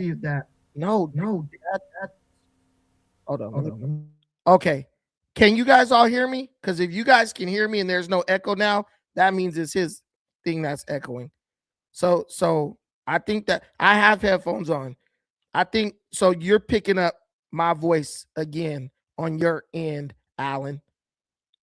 So just check and make sure you have everything closed. Yeah, it's Alan. Okay. Yeah. I hear it. Okay. Yeah. So when I mute you, I don't have an echo. So what I'll do is when I talk, I'll just mute you. We'll be good. I think because you could still hear me either way. Yes, I can still hear you. Okay, so we're good now. No, guys, I'll mute him when I talk. It's fine. So yeah, I agree with you 100%. Chad Bianco's people are Republicans are gonna have to do what I don't think Democrats are gonna be able to do. I think Democrats, they're gonna get so angry because there's like, let's be real, we're in California. There's an undertone of racism in this state, and I don't even think it's racism. I think it's cultural differences, and I think there's sympathy from certain people within our society for illegals, right? And I think there's a lot of people in California who are like, because you have two things. You have very logical thinking and business-minded, financially minded Democrats and Republicans who say, look, if we can't afford it, we got to eliminate it, right? That's how the rich get rich and stay rich. They don't waste money. But then you have this element that's like, well, we are so rich as a state. We're the fourth largest economy. So we should be able to just take on all these extra people and take care of them and subsidize them. That's where I think the break is in California. That's what this is coming down to. How many people love California so much that they want California to stay at the top? And how many people are willing to not California down economically in the name of toxic empathy. What do you think about that? Okay, I'm unmuted, right? You're good. You're good. Yeah. No, I totally agree with you on that. But I've been listening to also Carl DeMaio, and Carl DeMaio really does have a pulse on California politics, on what's going on right now. And he's even saying that we do need to consolidate, unfortunately, and back one candidate. Otherwise, we're going to get Javier Becerra versus Tom Steyer. So if we don't want that happening, I mean, it's not that we don't want Chad. It's just that there's not enough support going out there. And Trump, which I think was a really bad mistake, he shouldn't have endorsed either candidate, but he did endorse Steve Hilton, and ever since then he was getting a bump in the polls. And since he got that bump and he's got that momentum behind him, we really got to consolidate behind Steve Hilton. I know some people don't like him. They're talking about him, he's a Brit, he came from, he's a Johnny come lately or whatever. My brother doesn't like him. But I even had to tell him, for the sake of the state, we do have to consolidate. Even though we do love Chad, maybe Chad could come in the future. Who knows, right? But we do have to consolidate behind one solid candidate because, unfortunately, this is a blue state. And with it being a plurality of Democrats, even the Democrats are out there kind of, chickens with the head cut off, trying to figure out which candidate they're going to back. What I'm seeing here is that there's a lot of momentum behind Javier Becerra because of the Hispanic population. They identify with him. And he is going out there trying to pander to every single minority group out there. Okay. He's doing the same playbook that, Hillary Clinton was doing when she was over here, like, my hot sauce that I have in my purse.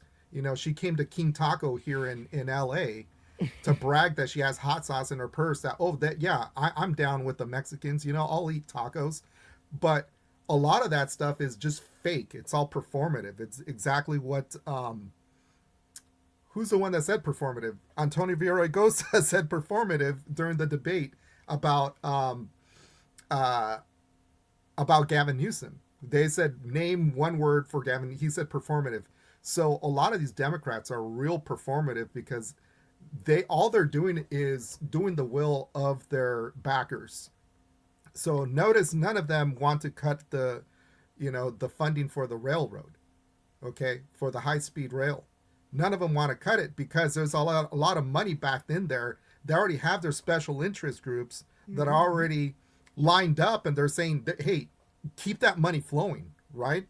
That's how these guys could launder such large amounts of money, right? They all want to pass the Stop Nick Shirley Act because they don't want their fraud to get uncovered. And that's a conversation I had with Steve Hilton, and Steve Hilton said personally to me that he's going to put a stop to that. And if it does pass, he's going to repeal it. Yeah. So, and that's what a lot of people don't understand. Like, a lot of people are like, well, how can a Republican governor, work with the Democrat legislature? Well, he gets to appoint people to the regulatory boards, right? And let's be real, once you're the man in charge, everyone kind of tries to, pander to you, so suck up to you so they can, move up the ladder. Because if you believe that the California state legislature representatives are not ambitious, they are. They're just not talented, a lot of them, to move up, but they are ambitious. But yeah, I don't see why a person wouldn't just move over to Hilton if things don't change when it gets, close to where the voting happens and all that. And it's like, you just got to do what makes sense. You got to do what the Democrats refuse to do. And one thing too, a lot of people are like, we want to wait to vote in person. I was told by someone, don't wait to vote in person because they throw away every ballot where the signature doesn't match the ID, all types of stuff. So if you vote, through the mail or whatever, you vote early. If you vote early, it gives you a chance to like correct anything. If it's not right, I guess they would still have to count your vote. It's a lot of things that are tricky in California, but yeah, I don't even understand how a Democrat could see what's going on in this state and still be like, yeah, let me vote for these guys. You either have to be a person who's on some type of government entitlement that you don't want to give up.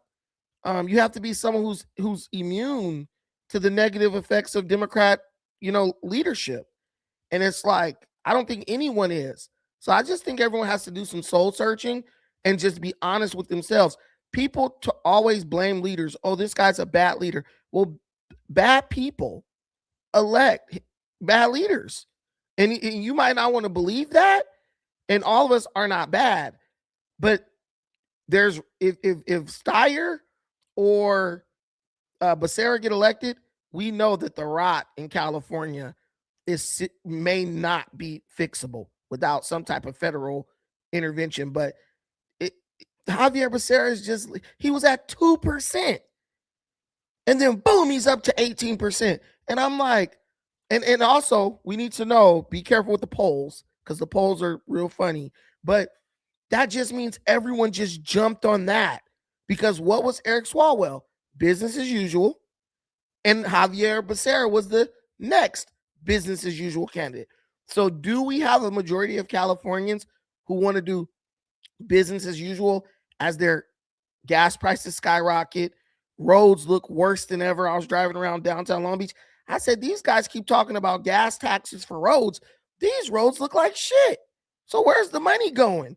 So it's all fraud.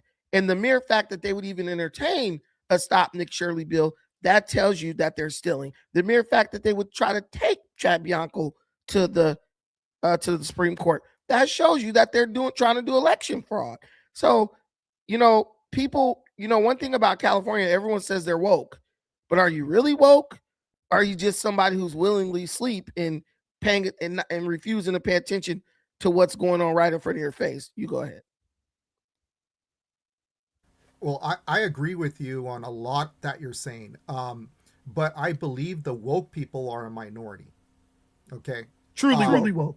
That are truly woke. Okay. If you go to the belly of the beast, if you go to Atwater Village, West Hollywood, or Hollyweird, that's the belly of the beast. They're the minority. Now, the problem is in messaging, okay? Especially within the Hispanic community, because it's a big voting bloc. Now, a lot of them aren't really, I'd say, educated in politics, okay? Because they come home and, from a long day of work, and what do? They turn on the TV, and whatever the propaganda is on TV is what they believe, right? Because they trust all of their sources. They trust these sources coming from whether it's Univision or Telemundo or all these other Spanish language television. They're telling them what to think and how to think, right? But a lot of them are breaking away from that, because now we're having other, I'd say, voices, conservative voices, coming on social media, as like on YouTube or Rumble or even Instagram. You're getting a lot of conservative voices, so they're getting to become more and more educated when it comes down to politics, and being able to hear both sides, because a lot of things really just don't make sense, right? How is it that we were able to vote for a gas tax? Okay. Why? Because the messaging was tricked. The government in California are tricking people to vote into these laws by rewording some of the ballots, just like they did in Virginia. In Virginia, they reworded the ballots to get people to try to vote to gerrymander the state. And now the Supreme Court stepped in, or their Supreme Court stepped in. They saw what happened, and they put a stop to it. That's what needs to happen in California too, because a lot of the wording is misleading, and that is coming from the Democrats in Sacramento that are using this deceptive language. Well, here's the thing. If you purposely undereducate your population, they won't even have the comprehension ability to really understand that you're tricking them, right? We probably are a part of the last group who got a real education in the state of California. Go talk to the kids now. My daughter is a 4.0 student, but you know, part of the reason she has so much common sense and works hard is because I sat with her when she was little and read, and you need to think about this and think about that. You know, these kids, you ask them a question that requires critical thinking, their response is, yo, they're saying, I don't know too fast. They don't even want to take a second to think about something challenging. And so when they become voters, they'll be more moved by things that, you know, that like hit at their emotions, right? More so than things that require them to think critically or, you know, logically. So, well, and that's why you see the Democrats, they speak in these like very generalized terms. Every human being has the right to health care. Well, I do believe that, but they're not saying, do you want to pay for this person's health care? This is how much it's going to cost. This is how much we're going to have to take out of every check you get paid for the rest of your life. That question elicits a different response. But you can agree. It's like, I don't know who said this, but I heard it somewhere. These people, it's like toxic empathy. And it's like the definition of that is the messaging is more important than the actual result, right? All people have a right to health care. Health care is a human right. Housing is a human right. Well, yeah, that's the messaging. And we can generally agree that people should have the ability to live indoors. But then you ask the real question, should we rob one person to provide for another person who may or may not want that, who may or may not be in a position where they can be a responsible steward of that? Do we put the crackhead in a house when all he's going to do is make it a crack house? Or do we get him the help he needs and make him prove that he's qualified to receive the charity of his fellow Americans? They'll never ask the questions like that. Just sweeping general manipulation tactics, right? Or terminology. And I'm sick of it. I hate it as a Californian. Totally agree with you. Now, people are talking about, healthcare is a right. I mean, we do have safety nets for healthcare. And that's what people don't understand, is that we do have safety nets. If someone is sick and they need some kind of emergency health, that's why we have the ER. Okay? That's why we have Medi-Cal and Medicare. We do already have these safety nets already set in place. Now, when it comes down to general health care for your own health care, we have some of the best in the world. I mean, if you go to Canada, just look at their national health service. Same thing in the UK. It's terrible. People have to wait literally months or even years to get a surgery that we can get the very next week if we need to. And that is just the problem there. I get to see both sides of the fence of whether we should have single payer or not. And single payer has been done before. We've seen it before. Look, I mean, there's single payer if you go to Native American reservations. Just look at how single payer is really working for them. Same thing with the VA. VA has been broken for many years, and that is, a form of socialized healthcare. So I'm a health and life insurance agent, so I do get to see a lot of the things that happen, really behind the curtain.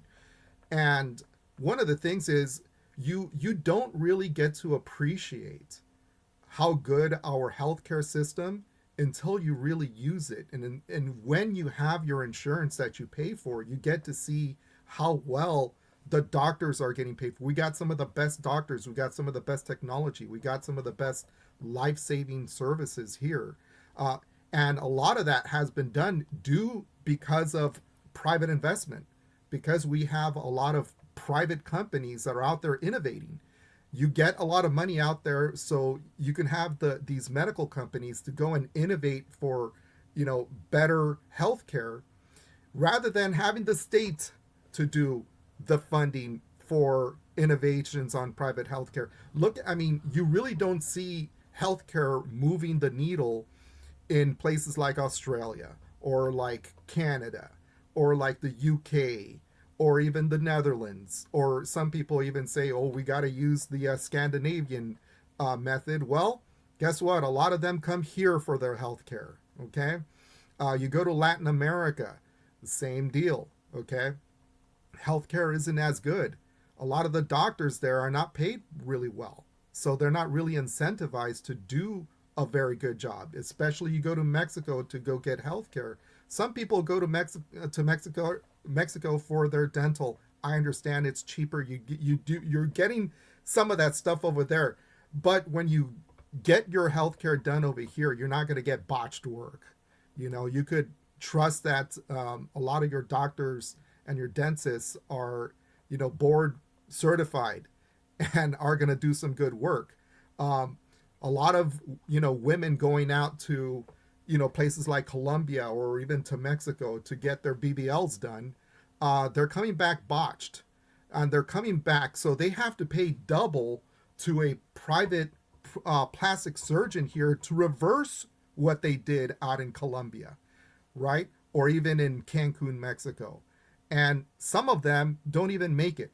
Some of them pass away because of botched procedures. So we really have to look at what we have here. We are a free market. We're not a socialist country. A lot of people want to be able to bring socialism and socialist ideologies to the United States. It just doesn't work here. Whatever works in Italy does not work in the United States. Whatever works in the Netherlands does not work here. Whatever works in Spain or in Scandinavia is not going to work here, because it's these are homogenous countries, mostly homogenous. So when you come, so when you come to United States, there's so many different people here. We have a lot of people here. So we need a way to be able to balance healthcare, right? So when someone just really realizes how good we have it here, especially talk to people that come from other countries and ask them, how well is your healthcare? How well is the NHS out in Canada, the NHS in the UK? It's not as good as they make it sound. So and there's a certain one thing you get here is accountability, right? Go see how many people have sued the Canadian health system successfully in Canada in the last 50 years or whatever. We in America, we pay, so there's accountability. We pay, so if someone messes us up, we can hold them accountable and sue them and get some money, compensation, all that stuff. In Kenya, I go there often. They have a healthcare system called the NHIF, right? Yeah, it's free healthcare, but it sucks. You never get seen. You're in some rundown, dirty hospital looking crazy. And so it's like, is that what Americans really want? Do you really want to reduce your healthcare? Do you want to bring your healthcare system to its knees, to where it can't even take care of you? In Canada, they have something that most Americans have never heard of. It's called MAID. Medical assisted suicide, right? Basically, you're gonna medical aid in death. So, dude, you're old. You're 75 years old, right? You break your arm. They're like, well, we could just kill you. We could just are you interested in us just helping you die so that you don't have to deal with this? And it's more of it eases the burden on the economy, right? On the medical system. I just read a story today. A lady broke her arm. They offer her medically assisted suicide. And then she said no. She went to the US, got her arm fixed, split it up and everything. And she then went and climbed a mountain after that. So she had a lot of life left in her, but they're just like, the bill is going too high. And if that's bankrupting Canada, right? Do you think it won't bankrupt California? It's just a bunch of stuff that sounds good, pie in the sky type crap. People want champagne service for beer prices. That's what my grandfather used to say. They want champagne service for beer prices. And when you hear the people calling for this, it's usually either people who don't work, young people who still depend on their parents, college students, people like that. But if you just bring it down to the lowest common denominator, how much of your check in Canada, you give 25% of your check to the medical apparatus. They, before you get your money, they take 25% of it and say, this is for your free healthcare. So is it really free, or are you just paying for healthcare that you may or may not use? Are you paying for people who don't care about their health? We have free healthcare here, subsidized already. I live in Long Beach, that's LA County. They have Harbor General Hospital right in Torrance. You can go there. If you don't have money, you don't pay. Surgery, whatever. Even rich people in California go there so they don't have to spend their money to get medical treatment. It's free based on income. If you truly can't afford it, there's places you can go. You can go to the county office, get emergency Medi-Cal. They'll give that to you where everything's covered if you cannot afford it. Or if you can, they'll cover most of it. You pay a little bit of it. We have so much stuff in California. All children in California are already guaranteed health coverage. All children. So when they keep telling you, well, every man, woman, and child, they're lying to you. They're trying to get Californians to agree to give them a blank check. That's why they keep saying, well, we want it, but we don't know how to pay for it. Well, they do. They get you, they basically write themselves a blank check, and they just throw taxes on you anytime they feel like it. And that's what it will result in. They'll keep doing these, one-time tax. Well, you can do a one-time tax every 3 months, right? And that's what they're trying to move to. But we're not going to let it happen. I mean, if California is the state I think it is, we're not going to let it happen. And if it does happen, then it's just time for me to move to somewhere where I have more like-minded people. But go ahead, give me your final thoughts. Take as much time as you want. I appreciate you coming up, Alan, and you're always welcome.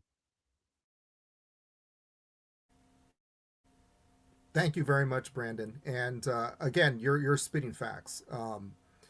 Really, what I see overall, right? Overall, with this debate and the other debates that I've been seeing, the Democrats have no solutions at all. And I think this is a good representation of what we can expect, because again, a lot of them are performative. We've already discussed that.